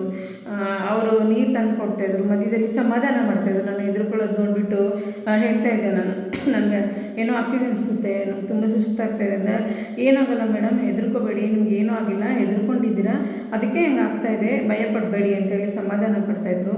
ಮಧ್ಯದಲ್ಲಿ ಆಕ್ಸಿಮೀಟರಲ್ಲಿ ಸ್ಟಾಪ್ ಮಾಡಿದೆಯಲ್ಲ, ಆಕ್ಸಿಮೀಟರ್ಗೆ ಕೇಳಿದೆ ನಾನು. ಅವಾಗ ಆಕ್ಸಿಜನ್ ಗೊತ್ತಾದರೆ ಸಮಾಧಾನ ಆಗಿರ್ಬೋದು ಅಂತೇಳಿ. ಆಗ ಒಂದು ಕೇಳಿದರು ಅವರು ಹೋಗ್ಬಿಟ್ಟು, ಸಾಜಿನ ಮೆಡಿಕಲ್ ಶಾಪರ್ 3,000 ಹೇಳ್ತಾ ಇದ್ದಾರೆ ಮೇಡಮ್, ಬೇಡ ಬಿಡಿ, ಸುಮ್ಮನೆ ಮುಂದೆ ಮೆಡಿಕಲ್ ಶಾಪಲ್ಲಿ ನೋಡೋಣ ಬನ್ನಿ, ನಿಮ್ಗೆ ಏನಾಗಿಲ್ಲ, ಆದರೆ ಹೆದರ್ಕೊಳ್ತಾ ಇದ್ದಾರೆ, ಅದಕ್ಕೆ ಹೆಂಗೆ ಆಗ್ತಾಯಿದೆ ಅಂತೇಳಿ ಸಮಾಧಾನ ಮಾಡಿದರು. ಅದಕ್ಕಿಂತ ಮುಂಚೆ ನಾವು ನಮ್ಮ ತಂದೆ ಇರೋ ಮನೆಗೆ, ನನ್ನ ಹಸ್ಬೆಂಡ್ ಹೋಗಿದ್ರಲ್ಲ ಹಾಸ್ಪಿಟಲ್ಗೆ, ಅಲ್ಲಿ ಮನೆ ಇತ್ತಲ್ಲ, ಅಲ್ಲಿ ಹೋಗ್ತಾ ಇದ್ವಿ. ನಮ್ಮ ತಂದೆ ಇದ್ರಲ್ಲಿ ಅಲ್ಲಿ ಹೋಗೋ ತನಕ ನಮಗೆ ಸ್ವಲ್ಪ ಧೈರ್ಯ ಬೇಕಲ್ಲ, ಅಲ್ಲಿತ್ತು ಆಕ್ಸಿಮೀಟರ್. ಬಟ್ ಇನ್ ಬಿಟ್ವೀನ್ ನನ್ನ ಮೈಸೂರು ಮನೆ ತಲುಪೋದೇ ಇಲ್ಲ ಅನ್ನೋ ಭಯ ಸ್ಟಾರ್ಟ್ ಆಗಿಬಿಟ್ಟಿತ್ತು ನನಗೆ. ಏನಾದರೂ ಆದರೆ ನಮ್ಮ ಪಪ್ಪು ಯಾರು ನೋಡ್ಕೊಳ್ಳೋದು, ಪಪ್ಪು ಏನು ಮಾಡೋದು ಅನ್ನೋದು ಭಯ ಆಗಿಬಿಡ್ತಿತ್ತು ನನಗೆ. ಮಾರ್ಗ ಮಧ್ಯದಲ್ಲಿ ಏನಾದರೂ ಆದರೆ ಪಪ್ಪು ಏನು ಮಾಡೋದು ಅನ್ನೋದು ಇನ್ನೂ ಟೆನ್ಷನ್ ಜಾಸ್ತಿಯಾಗಿ ಸುಸ್ತಾಗ್ತಾಯಿತ್ತು ನನಗೆ. ಸೊ ಅವ್ರಿಗೆ ಗೊತ್ತಿತ್ತು, ಅವ್ರಿಗೆ ಎದುರುಕೊಂಡಿದ್ದಾರೆ ಅನ್ಸುತ್ತೆ. ಅದು ಆಕ್ಸಿಮೀಟರ್ ದುಡ್ಡು ವೇಸ್ಟ್ ಮಾಡೋದು ಬೇಡ ಅಂತಲೇ ಹೇಳ್ಬಿಟ್ಟು ಪಾಪ ಅವರು ಆಕ್ಸಿಮೀಟರ್ ಅವರು 3,000 ಹೇಳೋದು ಬೇಡ, ಇನ್ನು ಮುಂದೆ ನೋಡೋಣ ಬನ್ನಿ ಮೇಡಮ್ ಅಂದರು. ಆಮೇಲೆ ಇನ್ನು ಸ್ವಲ್ಪ ನಾನು ಹೇಳಿದೆ, ಎಷ್ಟು ದೂರ ಇದೆ, ಸ್ವಲ್ಪ ದೂರ ಇದೆ ಅನ್ನೋಕೆ, ಹಾಗಾದರೆ ಬೇಡ ಬಿಡಿ, ಮನೇಲಿದೆ ಅಲ್ಲಿ ಆಕ್ಸಿಮೀಟರ್, ನಮ್ಮ ತಂದೆ ಹತ್ರ ಇದೆ, ಸ್ವಲ್ಪ ರೀಚ್ ಆಗೋ ತನಕ ಸಾಕು ಅಂದ್ಕೊಂಡು ಬೇಗ ಹೋದರು. ಆವಾಗಿಂದ ಬೇಗ ಹೋಗಿ ಸ್ಟಾರ್ಟ್ ಮಾಡಿ ಬೇಗ ರೀಚ್ ಆದ್ವಿ. ಮಾರ್ಗ ಮಧ್ಯದಲ್ಲೆಲ್ಲೂ ಪೊಲೀಸ್ ಏನು ಆ ಥರ ಲಾಕ್ಡೌನ್ ಇದ್ರೂ ಏನು ಕೇಳಲಿಲ್ಲ, ಇದಾಗಿಲ್ಲ. ಮನೆಗೆ ಹೋದ್ವಿ, ಇಲ್ಲಾಗೆ ನಮ್ಮ ತಂದೆ ಸಿಕ್ತು. ಮನೆಗೆ ಇಳಿದ ತಕ್ಷಣ ಸಮಾಧಾನ ಆಯಿತು ನನಗೆ. ಅಂದರೆ ಸ್ವಲ್ಪ ಕಾರ್ದು ನನಗೆ ಏನು ಅಷ್ಟಾಗಿ ಬರಲ್ಲ ನನಗೆ, ಅಷ್ಟು ವರ್ಷಗಳಿಂದ ಇದ್ರೂ ನನಗೆ ಸ್ವಲ್ಪ ಪ್ರಾಬ್ಲಮ್ ಆಗ್ತಾಯಿತ್ತು. ಮನೆಯಲ್ಲಿ ಹೇಳಿದ್ವಿ, ಅಷ್ಟರಲ್ಲಿ ಸ್ವಲ್ಪ ರಿಲ್ಯಾಕ್ಸ್ ಆಯಿತು ನನಗೆ. ಅವ್ರಿಗೆ ತುಂಬ ಥ್ಯಾಂಕ್ಸ್ ಹೇಳಿದೆ, ನನಗೆ ಕೈ ಮುಗಿದೆ. ಎಷ್ಟು ಅವರು ಆ ಟೈಮಲ್ಲಿ ಏನು ಹೇಳಬೇಕು, ಯಾರು ಸಹಾಯ, ಸಣ್ಣ ಸಹಾಯ, ದೊಡ್ಡ ಸಹಾಯ ಕಂಡ್ರಿ, ಅಷ್ಟು ನನಗೆ ಸಮಾಧಾನ ಅನ್ನಿಸ್ತು. ಆ ಥ್ಯಾಂಕ್ಸ್ ಹೇಳಿದೆ. ಈಗ ಅವ್ರಿಗೆ ರಿಲ್ಯಾಕ್ಸ್ ಆಗಿ, ಮೇಡಮ್ ನಾನು ಸ್ವಲ್ಪ ದಿನ ಬಿಟ್ಟು ಫೋನ್ ಮಾಡ್ತೀನಿ ನಿಮಗೆ, ಹೇಗಿದ್ದೀರಾ ಅಂತ ಹೇಳ್ಬಿಟ್ಟು ಅವರು ದಿವ್ಯ ಸೋಮು ಅವ್ರು ಹೇಳಿ ಕಳಿಸಿದ್ರು. ನನ್ನ ಜೊತೆ ಒಳ್ಳೆ ಹುಡುಗನ ಕಳಿಸ್ಕೊಟ್ಟಿದ್ರು ನನಗೆ. ನೀವು ತುಂಬ ಒಳ್ಳೆ ಹುಡುಗ ಇದ್ದಾರೆ, ಅವರು ನಿಮ್ಮ ಜೊತೆ ಇರೋರು, ತುಂಬ ಹೆಲ್ಪಿಂಗ್ ನೇಚರ್ ಇದೆ. ಥ್ಯಾಂಕ್ಸ್ ಟು ದಿವ್ಯ ಸೋಮು ಆ್ಯಂಡ್ ಸಾಜಿದ್ ಅವ್ರಿಗೂ ಕೂಡ. ಅವ್ರು ಹೇಳಿದೆ, ನಾನು ದಿವ್ಯ ಸೋಮು ಅವರು ಹೇಳಿ ಫೋನ್ ಮಾಡಿದ್ರು ಅನಿಸುತ್ತೆ, ಈ ಥರ ಚೆನ್ನಾಗಿ ಕರ್ಕೊಂಡೋಗಿ ಬಿಟ್ಟು ಬನ್ನಿ ಅಂತ ಹೇಳಿದ್ರ ಜೊತೆ. ಅವ್ರಿಗೂ ಕೂಡ ತುಂಬ ಹೆಲ್ಪಿಂಗ್ ನೇಚರ್ ಇತ್ತು. ನಾನು ಫ್ರೂಟ್ಸ್ ತೊಗೊಳ್ಳಿ ಅಂತ ಹೇಳಿ ಸ್ವಲ್ಪ ದುಡ್ಡು ಕೊಟ್ಟು ಏನು ಇಸ್ಕೊಳ್ಳಿಲ್ಲ, ಬೇಡ ಮೇಡಮ್ ಅಂತೇಳಿ ಅವರು ಹಾಗೆ ಹೊರಟ್ಬಿಟ್ರು. ಮನೆಗೆ ಫ್ರೂಟ್ಸ್ ತೊಗೊಂಡೋಗಿ ಅಂತ ಹೇಳಿದ್ರು, ಇಲ್ಲ ಅಂತ ಹೇಳಿದರು. ನನಗಂತೂ ತುಂಬಾ ಖುಷಿಯಾಯಿತು. ಅದಕ್ಕಿಂತ ಮುಂಚೆ ಮನೆಗೆ ಬಂದು ಸೇರ್ಕೊಂಡ್ವಿ. ನಮ್ಮ ತಂದೆ ಇದ್ರಲ್ಲ, ಸ್ವಲ್ಪ ನಮ್ಮ ತಂದೆ ಇತ್ತು, ಹಾಸ್ಪಿಟಲ್ ಇದ್ದು, ಪಾಪುಲರ್ ಸ್ವಲ್ಪ ಸಮಾಧಾನ ಆಯಿತು. ಮೋಕ್ಷಿತ್ ನಮ್ಮ ಮನೆಗೆಲ್ಲ ಬರೋಷ್ಟು 3:30 ಆಗಿತ್ತು ಅನಿಸುತ್ತೆ. ಅಲ್ಲ, ಬೇಗನೆ ಬಂದು 12 o'clock 12:13 ಆಗಿರಬೇಕು, ನಂಗೆ ಟೈಮಿಂಗ್ ನೆನಪಾಗ್ತಾಯಿಲ್ಲ. ಅಷ್ಟೊಂದು ಮೋಕ್ಷಿತ್ ಏನೂ ತಿಂದಿರಲಿಲ್ಲ, ಬರೀ ಬಿಸ್ಕೆಟ್ ತಿಂದಿದ್ದ ಅಷ್ಟೇ. ಜ್ವರಕ್ಕೆ ಅವನಿಗೆ ತಿನ್ನೋಕ್ಕಾಗ್ತಾ ಇರಲಿಲ್ಲ, ಊಟ ಸೇರ್ತಾ ಇರಲಿಲ್ಲ ಅವನಿಗೆ. ಮನೆಗೆಲ್ಲ ಬಂದ್ವಿ. ಅದಕ್ಕಿಂತ ಮುಂಚೆ ಮಾರ್ಗ ಮಧ್ಯದಲ್ಲಿ ಮತ್ತು ಹಿಂದಿನ ದಿನವೇ ಇನ್ನೊಬ್ಬರು ನನ್ನ ಫ್ರೆಂಡು ಭವ್ಯ ಅಂತ ಹೇಳ್ಬಿಟ್ಟು ಬ್ಯಾಂಗ್ಳೂರಲ್ಲಿ ಇರ್ತಾರೆ, ಕ್ಲಾಸ್ಮೇಟ್ಸು ಫ್ರೆಂಡ್ಸು. ಭವ್ಯ ಸಂದೀಪ್ ಅವರು, ಹಸ್ಬೆಂಡ್ ಹೆಸರು ಸಂದೀಪ್ ಅವರು. ನಾವೆಲ್ಲ ಫ್ಯಾಮಿಲಿ ಫ್ರೆಂಡ್ಸ್, ಆವಾಗಲೇ ಮೀಟ್ ಆಗ್ತಿರ್ತಿದ್ವಿ. ಆದರೂ ನಾವು ಮೀಟ್ ಮಾಡಿ ಆಗಲೇ ಸುಮಾರು 4-5 ವರ್ಷ ಆಯಿತು ಅನಿಸುತ್ತೆ, 3-4 ವರ್ಷ. ಇಲ್ಲ, ನಮ್ಮ ಪಾಪ ಬರ್ತಡೇ ಬಂದಿದ್ರು ಅಷ್ಟೇ, 2 ವರ್ಷ ಆಯಿತು. ಅದು ಬಂದು ಒಂದು 10-15 ನಿಮಿಷ ಇದು ಹೊರಟ್ಬಿಟ್ಟಿತ್ತು ಅಷ್ಟೇ. ಒಂದು 2-3 ವರ್ಷ ಆಗಿತ್ತು ಮೀಟಾಗಿ, 2-2.5 ವರ್ಷ ಆಗಿತ್ತು ಅಂದ್ಕೊಳ್ಳಿ. 1.5 ವರ್ಷ ಆಗಿರಬೇಕು, ನೆನಪಿಲ್ಲ, ಸಾರಿ. ಸೊ ಅವರು ಫೋನ್ ಮಾಡಿದರು, ಈ ಸೋಷಿಯಲ್ ಮೀಡಿಯಾದಲ್ಲಿ ರೂಪಾಯಿ ಏನಾಯಿತು, ಬಸವರಾಜ್ಗೆ ಏನಾಯಿತು, ಈ ಥರ ನಂಗೆ ಗೊತ್ತಾಗಿಲ್ಲ ಅಂತೇಳಿ, ಬಸವರಾಜ್ ಫೋನ್ ರಿಸೀವ್ ಮಾಡ್ತಾಯಿಲ್ಲ ಅಂತೇಳಿ, ಈ ಥರ ಎಲ್ಲ ಆಯಿತು ಅಂತ ಹೇಳಿದ್ದೆ. ನಂಗೆ ಫೋನ್ ಮಾಡೋದು ಬೇಡದು ಅಂತ ಹೇಳಿದ್ರು ಅವ್ರಿಗೂ. ಆಗ ಸ್ವಲ್ಪ ಆ ಟೈಮಲ್ಲಿ ಯಾರು ಫೋನ್ ಮಾಡಬೇಕು ಯಾರಿಗೆ ಏನು ಗೊತ್ತಾಗೋದಿಲ್ಲ, ಪ್ಯಾನಿಕ್ ಆಗ್ಬಿಟ್ಟು ಅವರೇ ಫೋನ್ ಮಾಡಿದರು. ಮತ್ತು ನನಗೆ ಕಾರಿಂದ ಹೋಗ್ತಾರವ ಭಯ ಸ್ಟಾರ್ಟ್ ಆಗಿತ್ತಲ್ಲ ಮೋಕ್ಷಿತಿಗೆ, ನನಗೇನಾದರೂ ಆಗ್ಬಿಟ್ರೆ ಮೋಕ್ಷಿತ್ ನೋಡ್ಕೊಳ್ಳೋದು, ಮೋಕ್ಷಿತಿಗೆ ಏನಾದರೂ ಆಗ್ಬಿಟ್ರೆ ಏನು ಮಾಡೋದು ಭಯ ಇತ್ತು. ಮತ್ತು ಫೋನ್ ಮಾಡಿದ್ದೆ ಸಂದೀಪ್ ಅವ್ರಿಗೆ, ಭವ್ಯ ಅವ್ರ ಹಸ್ಬೆಂಡು ಸಂದೀಪ್ ಅಂತ, ನಾವೇ ಫ್ಯಾಮಿಲಿ ಫ್ರೆಂಡ್ಸ್ಗಳು. ಅವರು ತುಂಬ ಧೈರ್ಯ ಹೇಳ್ತಾಯಿದ್ರು, ಏನೂ ಆಗಲ್ಲ, ಹೆದರ್ಕೋಬೇಡ, ನಿಂಗೆ ಏನಾದರೂ ಸಹಾಯ ಬೇಕಂದ್ರೆ ನನಗೆ ಕೇಳು. ಅವರು ಚಿಕ್ಕಮಂಗ್ಳೂರಲ್ಲಿ ಇರ್ತಿದ್ರು, ಅವರು ಫೋನ್ ಮಾಡ್ತಿದ್ರು ಟೈಮ್ಗೆ, ಹಿಂಗೆ ಏನಾದರೂ ಹೆಲ್ಪ್ ಬೇಕಂದ್ರೆ ಸಹಾಯ ಬೇಕಂದರೆ ಕೇಳು, ಹೆದರ್ಕೋಬೇಡ, ಪಾಪುಗೆ ಏನೂ ಆಗಲ್ಲ, ಮಕ್ಳಿಗೆ ಏನೂ ಆಗಲ್ಲ ಆ ಥರ ಎಲ್ಲ ಇದೆ. ನಾನು ಕೆಲವು ಡಾಕ್ಟರ್ಸ್ ಮಾತಾಡಿದ್ದೀನಿ, ಈ ಥರ ಧೈರ್ಯ ಹೇಳ್ತಾಯಿದ್ರು. ನಾನು ಆವಾಗವಾಗೆ ಫೋನ್ ಒಂದೆರಡು ಸಲ ಫೋನ್ ಮಾಡಿದ್ವಿ, ಈ ಥರ ಆಗ್ತಿದೆ ಸಂದೀಪ್ ನಂಗೆ ಭಯ ಆಗ್ತಿದೆ. ಆ ಧೈರ್ಯ ಹೇಳ್ತಿದ್ದೆ, ಏನು ಮಾಡಬೇಡ, ಪ್ಯಾನಿಕ್ ಆಗಬೇಡ ಅಂತೇಳಿ. ಮತ್ತೆ ಒಬ್ಬರು ಪೀಡಿಯಾಟ್ರಿಷಿಯನ್ ನಂಬರ್ ಕೊಟ್ಟರು, ಅವರು ಕಾಂಟ್ಯಾಕ್ಟ್ ಮಾಡಬೇಕಾದ್ರೆ ಫೋನ್ ಮಾಡಿ ಕೇಳ್ಕೋರು ಅಂತ ಹೇಳ್ಬಿಟ್ಟು. ಆದ್ದರಿಂದ ಮನೆಗೆಲ್ಲ ಸರಿ ಅವಾಗಂತ ನೋಡಿ ಅವರು ಕೂಡ ಅವರಾಗೆ ಫೋನ್ ಮಾಡಿ ಸಹಾಯ ಬೇಕಾದರೆ ಕೇಳು ಹೇಳು ಅಂತ ಹೇಳ್ತಿದ್ರು. ಅವರು ಕೂಡ ಭವ್ಯ ಸಂದೀಪ್ ಅವ್ರಿಗೆ ತುಂಬ ತುಂಬ ಬಿಗ್ ಥ್ಯಾಂಕ್ಸ್. ಯಾಕಂದರೆ ನಾನು ಈ ಥರ ಇದು ಮಾಡುವಾಗ ಸುಸ್ತಾಗ್ತಾ ಇರ್ತಿದ್ದೆ, ಜಾಸ್ತಿ ಎಲ್ಲ ಕೆಲಸ ಮಾಡೋಕ್ಕಾಗ್ತಾ ಇರಲಿಲ್ಲ. ಅವ್ರು ನನ್ನ ಹಸ್ಬೆಂಡ್ದು ಡಾಕ್ಟರ್ ಕೈಲಿ ಮಾನಿಟರ್ ಮಾಡೋಕ್ಕೆ ಸಂದೀಪ್ ಅವ್ರಿಗೆ ಹೇಳಿದ್ದೆ. ಅವರು ಕೂಡ ನನ್ನ ಹಸ್ಬೆಂಡ್ ಡಾಕ್ಟರ್ ಹತ್ರ ಮಾನಿಟರ್ ಮಾಡ್ತಾಯಿದ್ರು, ಬೆಳಗ್ಗೆ ಸಂಜೆ ಫೋನ್ ಮಾಡಿ ಏನಾಯಿತು ಸ್ಟೇಟಸ್ ಕೇಳ್ತಾಯಿದ್ರು ನನ್ನ ಹಸ್ಬೆಂಡ್ದು ಹೆಲ್ತ್ಸ್ ಬಗ್ಗೆ. ಇಲ್ಲಿ ನಾನು ಇಲ್ಲೆಲ್ಲ ಕೇರ್ ಮಾಡ್ಕೊಳ್ಳೋದು, ಅಲ್ಲೂ ಫೋನ್ ಮಾಡೋದು ಆಗ್ತಾ ಇರಲಿಲ್ಲ. ಪಾಪು ಮೊಬೈಲ್ ನೋಡ್ತಿರ್ತಿದ್ದೆ, ಯಾಕಂದರೆ ಅವನ್ನ ಹ್ಯಾಂಡಲ್ ಮಾಡಬೇಕಂತಂದರೆ ಮೊಬೈಲೇ ಕೊಡ್ತಾಯಿದ್ದೆ ಪೂರ್ತಿ. ಮೊಬೈಲ್ ಕೊಟ್ಟರೆ ಸ್ವಲ್ಪ ಫ್ರೀಯಾಗಿ ಇದು ಮಾಡ್ಬೋದು ಅಂತ ಹೇಳ್ಬಿಟ್ಟು ಅವ್ನು ಮೊಬೈಲಲ್ಲಿ ಹ್ಯಾಂಡಲ್ ಮಾಡ್ತಿದ್ದೆ, ಒಂದೇ ಮೊಬೈಲಿಂದ ಎಲ್ಲ ಮಾಡಬೇಕಾಗ್ತಿತ್ತು. ಸೊ ಸಂದೀಪ್ ಅವರು ಅಲ್ಲಿ ಮಾನಿಟರ್ ಮಾಡ್ತಾಯಿದ್ದಾರೆ ನನ್ನ ಹಸ್ಬೆಂಡ್ಗೆ. ಕೆಲವರು ಆಗ ಫೋನ್ ಮಾಡಿ ಹೇಳ್ತಿದ್ರು ಏನಾಗಿಲ್ಲ, ಹುಷಾರಾಗಿರ್ತಾರೆ, ತುಂಬ ಪಾಸಿಟಿವ್ ಆಗಿ ಮಾತಾಡ್ತಿದ್ರು ಅವ್ರು ಯಾವಾಗಲೂ. ಅವ್ರಿಗೂ ತುಂಬ ತುಂಬ ಬಿಗ್ ಥ್ಯಾಂಕ್ಸ್. ಈ ಥರ ಎಲ್ಲ ನನಗೆ ಒಂದು ಫೀಲ್ ಆಗಿದೆ ಅಂತ, ಇಷ್ಟೊಂದು ಒಳ್ಳೆ ನನಗೆ ಏನು ಸಂಪಾದನೆ ಜಾಸ್ತಿ ಇಲ್ಲಾಂದ್ರೂ ಒಳ್ಳೆ ಫ್ರೆಂಡ್ಸ್ ಇದ್ದಾರೆ ಅನ್ನೋದು ನನಗೆ ತುಂಬ ದೃಢ ಆಯಿತು ಈ ಟೈಮಲ್ಲಿ. ಅಷ್ಟು ಸಂಪಾದನೆ ಮಾಡಿದ್ದಾರೆ ಅನ್ನೋದು ನನಗೆ ತುಂಬ ತುಂಬ ಖುಷಿ ಆದ ವಿಷಯ. ಈ ಇದರಲ್ಲಿ ಕೊರೋನಾ ಅದೊಂದು ನಮಗೆ ಏನು ಕೊರೋನಾ ಟೈಮಲ್ಲಿ ಅದೊಂದು ಅನ್ವೇಷಣೆ ಆಯಿತು ಅಂತ ಅನಿಸುತ್ತೆ ನನಗೆ. ಏನು ಎಷ್ಟು ಮಾತಾಡ್ಬೇಕಂತಲೇ ಗೊತ್ತಾಗಲ್ಲ, ಜಾಸ್ತಿ ಪಾಪು ಬಂದುಬಿಡ್ತಾನೆ ಹೇಳ್ತಾನೆ ನನಗೆ, ಅಥವಾ ನನಗೆ ಟೈಮ್ ಏನು ಕೊಡೋಕ್ಕಾಗಲ್ಲ. ಇಷ್ಟು ಟೈಮ್ ಸ್ಪೆಂಡ್ ಮಾಡ್ತಾಯಿದ್ದೆ ನಾನು ವಿಡಿಯೋದಲ್ಲಿ ಅನಿಸ್ತದೆ ಒಂದೊಂದ್ಸಲ. ಅದಕ್ಕೆ ನಾನು ಭಾಳಷ್ಟು ಕಮ್ಮಿನೇ ಮಾಡಿಬಿಟ್ಟಿದ್ದೀನಿ ವಿಡಿಯೋ ಮಾಡೋದು. No problem. ಓಕೆ, ಇಷ್ಟೆಲ್ಲ ಆಯಿತು, ನನಗೆ ತುಂಬ ಖುಷಿ ಆಯಿತು. ಒಳ್ಳೆ ಫ್ರೆಂಡ್ಸ್ ಇದ್ದಾರಲ್ಲ, ಅದು ತುಂಬ ಖುಷಿ ಅನ್ನೋದು ವಿಷಯ ನನಗೆ. ಸರಿ ಅದ ಇಲ್ಲ ಮನೆಗೆಲ್ಲ ಬಂದ್ವಿ. ಪಾಪು ಇಷ್ಟೆಲ್ಲ ಮಾರ್ಗ ಮಧ್ಯದಲ್ಲೆಲ್ಲ ಆಯಿತು. ಮನೆಗೆ ಬಂದು ನಮ್ಮ ತಂದೆ ಮನೆಗೆ ಹೋಗ್ತಾಯಿದ್ರು, ನೋಡ್ತಾಯಿದ್ರು. ಮತ್ತೆ ಸಂದೀಪು ಮತ್ತು ಇನ್ನೊಬ್ಬರು ಕಸಿನ್ ಡಾಕ್ಟರ್ ಎಲ್ಲ ಅವರು ನನ್ನ ಹಸ್ಬೆಂಡ್ ಮಾನಿಟರ್ ಮಾಡ್ತಾಯಿದ್ರು. ಈ ಮಧ್ಯೆ ನಾನು ಇವ್ರಿಗೆಲ್ಲ ಬಂದಿರೋದು ನನ್ನ ಹಸ್ಬೆಂಡ್ ಬೆಳಗ್ಗೆ ಟೆನ್ಷನ್ ಸ್ಟಾರ್ಟ್ ಮಾಡ್ಕೊಬಿಟ್ಟಿದ್ರು. ಅವ್ರಿಗೆ ಬಂದಿರುತ್ತಲ್ಲ, ಮುಂಚೆನೇ ಟೆನ್ಷನ್ ಬೇಜಾರು ಹೆದರ್ಕೊಂಡಿದ್ರು. ಈಗ ನಮ್ಮದು ಪಾಸಿಟಿವ್ ಅಂದ್ಬಿಟ್ರೆ ಇನ್ನೂ ಭಯ ಪಟ್ಬಿಡ್ತಾರೆ ಅಂತೇಳಿ ಏನು ಮಾಡೋದು ಅಂತ ಗೊತ್ತಾಗ್ತಿರಲಿಲ್ಲ. ಅವ್ರು ಅಲ್ಲಿ ಟೆನ್ಷನ್ ಆಗಿಬಿಟ್ಟಿದ್ರು ಹಾಸ್ಪಿಟಲಲ್ಲಿ. ಇದೊಂದು ಅದಕ್ಕೆ ನಾನು ಅವ್ರಿಗೆ ಜಾಸ್ತಿ ಫೋನ್ ಮಾಡ್ತಾಯಿದ್ದೆ, ಏನು ಮಾನಿಟರ್ ಮಾಡ್ತಾನೆ ಇಲ್ಲ, ನಾನೇ ಮಾಡ್ಕೊಳ್ತಾಯಿದ್ದೆ. ಮನೆಗೆಲ್ಲ ಬಂದು ಪಾಪು ಲೂಸ್ ಮೋಷನ್ ಮಾಡ್ಕೊಂಡ್ಬಿಟ್ಟ. ನನಗೆ ಭಯ ಇನ್ನೂ ಡಬ್ಬಲ್ ಆಗಿಬಿಡ್ತು, ಪ್ಯಾನಿಕ್ ಆಗಿಬಿಟ್ಟು ಏನು ಮಾಡಬೇಕಂತ ಗೊತ್ತಾಗಿಲ್ಲ. ನನ್ನದು ಪಿಡಿಟ್ರಿಷಿಯನ್ ನನ್ನ ಪಾಪ ಡಾಕ್ಟರ್ ಫೋನ್ ಮಾಡಿದೆ. ಪಾಪ ಅವರು ಬ್ಯುಸಿ ಇದ್ರ ಜೊತೆ ನಾನು ಆಮೇಲೆ ಮಾಡ್ತೀನಿ ಮೇಡಮ್ ಅಂತ ಇಟ್ಟರು. ಮತ್ತು ತಕ್ಷಣ ಸಂದೀಪ್ ಅವ್ರು ಕೊಟ್ಟಿದ್ದೊಬ್ಬರು ಡಾಕ್ಟ್ರು ಮೈಸೂರಲ್ಲೇ ಇರ್ತಾರೆ, ಅವ್ರಿಗೆ ಫೋನ್ ಮಾಡಿದೆ. ಅವರು ಚೆನ್ನಾಗಿ ರೆಸ್ಪಾಂಡ್ ಮಾಡಿದ್ರು. ಈ ಥರ ನೀವು ಸ್ವಲ್ಪ ಟೆಸ್ಟ್ ಮಾಡಿಸಿ ಬ್ಲಡ್, ಅಥವಾ 2 ದಿನ ಬೇಕಾದ್ರೆ ಅಬ್ಸರ್ವೇಷನ್ಗೆ ಇಟ್ಕೊಳ್ಳಿ, ಮಗು ಲೂಸ್ ಮೋಷನ್ ಆಗ್ತಿದೆ, ಭಯ ಆಗ್ತಿದೆ ಡಾಕ್ಟರ್ ಅಂತ ಹೇಳ್ತಾರೆ. ಒಂದೇ ಸಲ ಮಾಡಿದ್ದ, ಆದರೆ ಊಟ ತಿಂದಿರಲಿಲ್ಲ, ಬರೀ ಬಿಸ್ಕೆಟ್ ತಿಂದಿದ್ನಲ್ಲ, ಲೂಸ್ ಮೋಷನ್ ನನಗೆ ಭಯ ಸ್ಟಾರ್ಟ್ ಆಗಿಬಿಡ್ತು. ಸೊ ಅವ್ರು ಹೇಳಿದಿರ್ತಾರೆ ಬೇಕಾದ್ರೆ ಅಬ್ಸರ್ವೇಷನ್ ಇಟ್ಕೊಂಡಿರ್ತಾರೆ 2 ದಿನ ನೋಡಿ ಆ ಥರ ಮಾಡಿ, ಆ ಥರ ಎಲ್ಲ ಅಡ್ವೈಸ್ ಮಾಡಿದ್ರು. ಒಂದು ಆ್ಯಂಟಿಬಯೋಟಿಕ್ ಕೂಡ ಕೊಡಬೇಕಂತಿಲ್ಲ, ಇಲ್ಲ ಪಕ್ಕದಲ್ಲಾದರೂ ಪೀಡಿಯಾಟ್ರಿಷಿಯನ್ ಇದ್ದರೆ ತೋರಿಸಿ ಚೆಕ್ ಮಾಡಿಸಿ ಅಂತ ಅಡ್ವೈಸ್ ಮಾಡಿದ್ರು. ಆ ಅಡ್ವೈಸು ನಮಗೆ ಅವರು ಮಾತಾಡಿದ್ದು ನಮಗೆ ಹೆಲ್ಪ್ ಆಯಿತು, ತುಂಬ ಹೆಲ್ಪ್ ಆಯಿತು.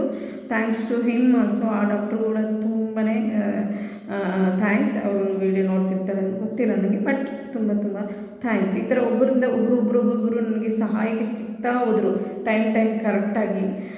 ದೇವರ ಆ ಥರ ಸೃಷ್ಟಿ ಹೆಲ್ಪ್ ಮಾಡಿದ್ರು ಅಂತ ಅನಿಸುತ್ತೆ ಫ್ರೆಂಡ್ಸ್ ಅಂದಿದ್ದು ನನಗೆ ತುಂಬಾ ಹೆಲ್ಪ್ ಸಹಾಯ ತುಂಬ ಆಯಿತು ಕಣ್ರಿ.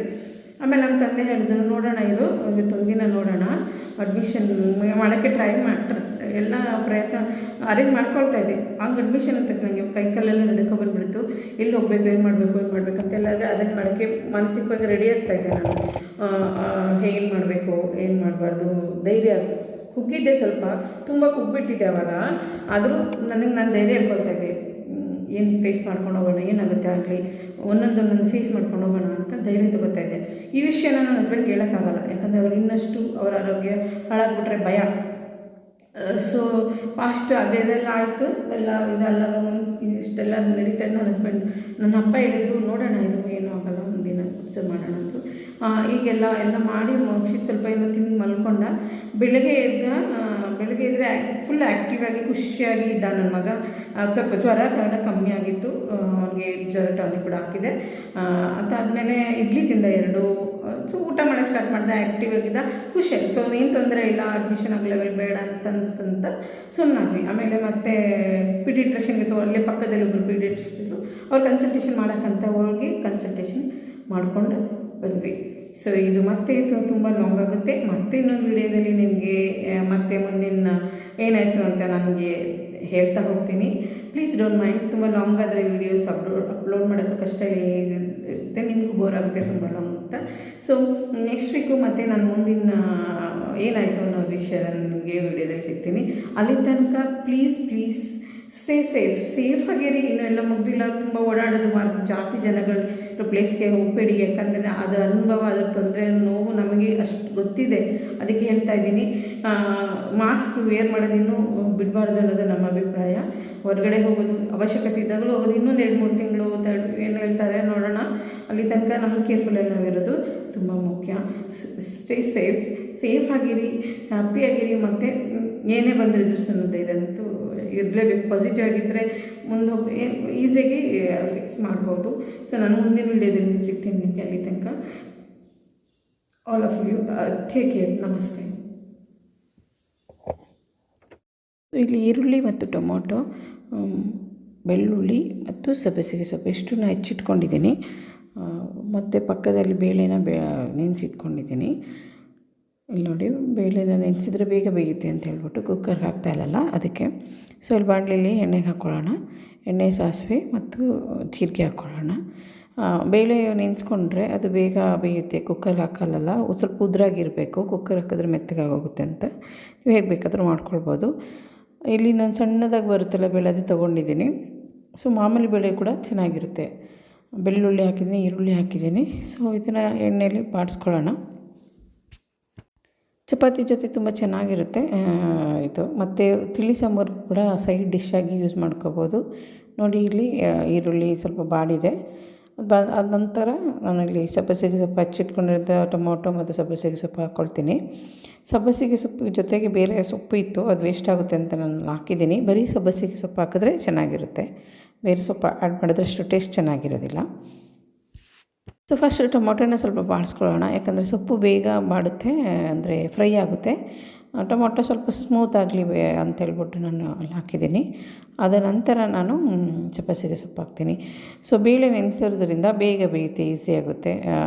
ಕುಕ್ಕರ್ಗೆ ಹಾಕಿರೋದ್ರಿಂದ ಟೈಮ್ ಕನ್ಸ್ಯೂಮ್ ಕಮ್ಮಿ ಆಗುತ್ತೆ, ಮತ್ತು ಗ್ಯಾಸ್ ಕೂಡ ಉಳಿಯುತ್ತೆ ಅಂತೇಳಿ ನೆನೆಸಿಟ್ಕೊಂಡಿದ್ದೀನಿ.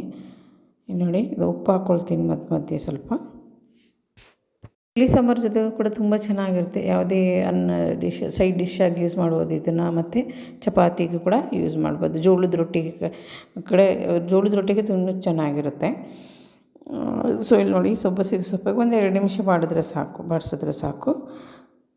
ಸ್ವಲ್ಪ ಬಾಡಿದ್ರೆ ಸ್ವಲ್ಪ ಬೇಗ ಬೇಯುತ್ತಂತೆ. ನಂತರ ಇದಕ್ಕೆ ಬೇಳೆ ಆ್ಯಡ್ ಮಾಡಿ ಗರಂ ಮಸಾಲ ಬೇರೆ ಹಾಕ್ಕೋಬೋದು. ಇಲ್ಲ ನಿಮ್ಮದು ಸಾಂಬಾರಿಗೆ ಯಾವ್ದು ಯೂಸ್ ಮಾಡ್ತೀರಾ, ಸಾಂಬಾರು ಪುಡಿ ಅದು ಹಾಕ್ಕೊಳ್ಬೋದು. ಇಲ್ಲ ಅಚ್ಕಾರದ ಪುಡಿ ಹಾಕ್ಬೋದು. ನಿಮಗೆ ಯಾವುದೇ ಥರ ಮಸಾಲ ಪೌಡ್ರ್ ಯೂಸ್ ಆಗುತ್ತೆ, ಯೂಸ್ ಮಾಡ್ತೀರಾ ಮನೇಲಿ, ಅದು ಹಾಕ್ಕೊಂಡ್ರೆ ಸಾಕು. ನಾನಿಲ್ಲಿ ಜಸ್ಟ್ ಅಚ್ಕಾರದ ಪುಡಿ, ಅರಿಶಿನ ಹಾಕ್ತೀನಿ. ನೆನೆಸಿಟ್ಟಿದಂಥ ಬೇಳೆನ ತೊಳೆದು ಹಾಕ್ಕೊಂಡಿದ್ದೀನಿ. ನೋಡಿ, ಇದೆ ನಾನು ಕೆಂಪು ಬೇಳೆ ತೊಗೊಂಡಿದ್ದೀನಿ. ಅದು ತೆಳು ಇರುತ್ತೆ, ಬೇಗ ಬೇಯುತ್ತೆ. ಬೇರೆ ಯಾವ ಬೇಳೆ ಕೂಡ ರೆಗ್ಯುಲರ್ ಬೇಳೆ ಕೂಡ ಚೆನ್ನಾಗಿರುತ್ತೆ ಎಲ್ಲ ಜೊತೆ. ಸೊ ಇದು ಸ್ವಲ್ಪ ಬಾಡಿದ ನಂತರ ನಾನು ಎಲ್ಲ ಮಸಾಲನ ಆ್ಯಡ್ ಮಾಡ್ತೀನಿ. ಈಸಿ ಆಗುತ್ತೆ, ಇದು ಬೇಳೆ ತೆಳುರಿಂದ ಬೇಗ ಬೇಯುತ್ತೆ, ಮತ್ತು ಟೇಸ್ಟಿಯಾಗಿರುತ್ತೆ, ಈಸಿಯಾಗಿರುತ್ತೆ. ಜೋಳದ ರೊಟ್ಟಿ ಕೂಡ ತುಂಬ ಚೆನ್ನಾಗಿರುತ್ತೆ ಇದು ಚಪಾತಿಗಿಂತನೂ. ಸೊ ಇಲ್ಲಿ ಮತ್ತಷ್ಟು ಉಪ್ಪು ಹಾಕ್ಕೊಳ್ತಾ ಇದ್ದೀನಿ. ನಾನು ಆವಾಗಲೇ ಹೇಳ್ದಂಗೆ ಯಾವ ಥರ ಮಸಾಲ ಪೌಡರ್ ಬೇಕೋ ಅದನ್ನು ಯೂಸ್ ಮಾಡ್ಕೊಳ್ಬೋದು. ಇಲ್ಲಿ ನೋಡಿ, ಇಲ್ಲಿ ನಾನು ಅಚ್ಕಾರದ ಪುಡಿ ಹಾಕ್ತಾಯಿದ್ದೀನಿ. ನಂತರ ಸ್ವಲ್ಪ ಅರಿಶಿನ. ನೀವು ಸ್ವಲ್ಪ ಮನೇಲಿ ಯಾವುದು ಸಾಂಬಾರು ಪೌಡ್ರ್ ಯೂಸ್ ಮಾಡ್ತೀರ ಅದನ್ನು ಹಾಕ್ಕೊಂಡು ಸ್ವಲ್ಪ ಬಾಡಿಸ್ಕೋಬೇಕು. ನೀರು ಹಾಕೋ ಮುಂಚೆ ನಾವು ಮಸಾಲ ಪೌಡ್ರ್ ಹಾಕಿದ್ರೆ ಸ್ವಲ್ಪ ಗದ್ರ ವಾಸನೆ ಬರೋದಿಲ್ಲ, ಚೆನ್ನಾಗಾಗಿರುತ್ತೆ. ಸೊ ನಾವು ಇವಾಗ ಸ್ವಲ್ಪ ನೀರು ಅಳತೆಗೆ ಅಷ್ಟು ನೀರು ಹಾಕ್ಕೊಳ್ಳೋಣ, ಗೊತ್ತಾಗುತ್ತಿಲ್ಲ ಹೇಗೆ ಬೇಳೆ ಬೇಯ್ತಾ ಸ್ವಲ್ಪ ಹಾಕ್ಕೊಂಡಿರೋಣ. ಅದು ಬೆಂದಿಲ್ಲ ಅಂದರೆ ಮತ್ತೆ ಹಾಕ್ಕೊಳ್ಬೋದು. ಜಾಸ್ತಿ ಆಗಿಬಿಟ್ರೆ ಎಲ್ಲ ಮೆತ್ತಗಾಗುತ್ತೆ. ತುಂಬ ಮೆತ್ತಗಾಗ್ಬಿಟ್ರೆ ಬೇಳೆ ಪಲ್ಯ ಚೆನ್ನಾಗಿರೋದಿಲ್ಲ. ಅದು ಸ್ವಲ್ಪ ಉದುರಾಗಿದ್ರೇ ಚೆಂದ. ಒಂದು ಮುಕ್ಕಾಲು ಭಾಗ ಬೇಯಿದ್ರೆ ಚೆಂದ ಬೇಳೆ. ಅವಾಗ ಆಫ್ ಮಾಡಿಬಿಟ್ರೆ ಉದುರಾಗಿರುತ್ತೆ, ಚೆನ್ನಾಗಿರುತ್ತೆ. ತುಂಬ ಬೆಂದರೆ ಮೆತ್ತಗೆ ಪಪ್ಪು ಬೇಳೆ ಸಾಂಬಾರು ಥರ ಆಗಿಬಿಡುತ್ತೆ. ಇದೆಲ್ಲ ನಾನು ನೀರೆಲ್ಲ ಬೆಂದೋಗಿದೆ, ಎಲ್ಲ ಆವಿಯಾಗಿದೆ. ಇಷ್ಟು ಈ ಕನ್ಸಿಸ್ಟೆನ್ಸಿಲಿ ಗ್ಯಾಸ್ ಆಫ್ ಮಾಡ್ತೀನಿ. ಆಫ್ ಮಾಡಿದ ತಕ್ಷಣ ಅದು ಇನ್ನೊಂದು 5 ನಿಮಿಷ ಬಿಟ್ಟರೆ ಅದು ಇನ್ನೂ ಉದುರಾಗುತ್ತೆ, ನೀರೆಲ್ಲ ಹೀರ್ಕೊಳ್ಳುತ್ತೆ, ಚೆನ್ನಾಗಿರುತ್ತೆ. ಸೊ ಈ ರೆಸಿಪಿ ನಿಮಗೆ ಇಷ್ಟ ಆಗುತ್ತೆ ಅಂದ್ಕೊಂಡಿದ್ದೀನಿ. ಇಷ್ಟ ಆದರೆ ಪ್ಲೀಸ್ ನನ್ನ ಚಾನಲ್ಗೆ ಸಬ್ಸ್ಕ್ರೈಬ್ ಆಗೋದು ಖಂಡಿತ ಮರಿಬೇಡಿ. ಮತ್ತೆ ಇನ್ನೊಂದು ಹೇಳೋದು ಮಾಡ್ತಿದ್ದೆ, ಪ್ಲೀಸ್ ಯಾರೆಲ್ಲ ಸಬ್ಸ್ಕ್ರೈಬ್ ಆಗ್ದೇನೆ ನೋಡ್ತಿರ್ತೀರಾ, ಪ್ಲೀಸ್ ನನ್ನ ಚಾನಲ್ಗೆ ಸಬ್ಸ್ಕ್ರೈಬ್ ಆಗಿ ಸಪೋರ್ಟ್ ಮಾಡಿ. ಮತ್ತು ಈ ವಿಡಿಯೋ ಇಷ್ಟ ಆದರೆ ಲೈಕ್ ಮಾಡಿ. ನಿಮ್ಗೆ ಏನಾದರೂ ಈ ಇನ್ಫಾರ್ಮೇಷನ್ ನಿಮಗೆ ಹೆಲ್ಪ್ ಆದರೆ ನನಗೆ ವಿಡಿಯೋನ ಲೈಕ್ ಮಾಡಿ ಮತ್ತು ಶೇರ್ ಮಾಡಿ. ಸಬ್ಸ್ಕ್ರೈಬ್ ಆಗೋದು ಖಂಡಿತ ಮರಿಬೇಡಿ. Thank you so much.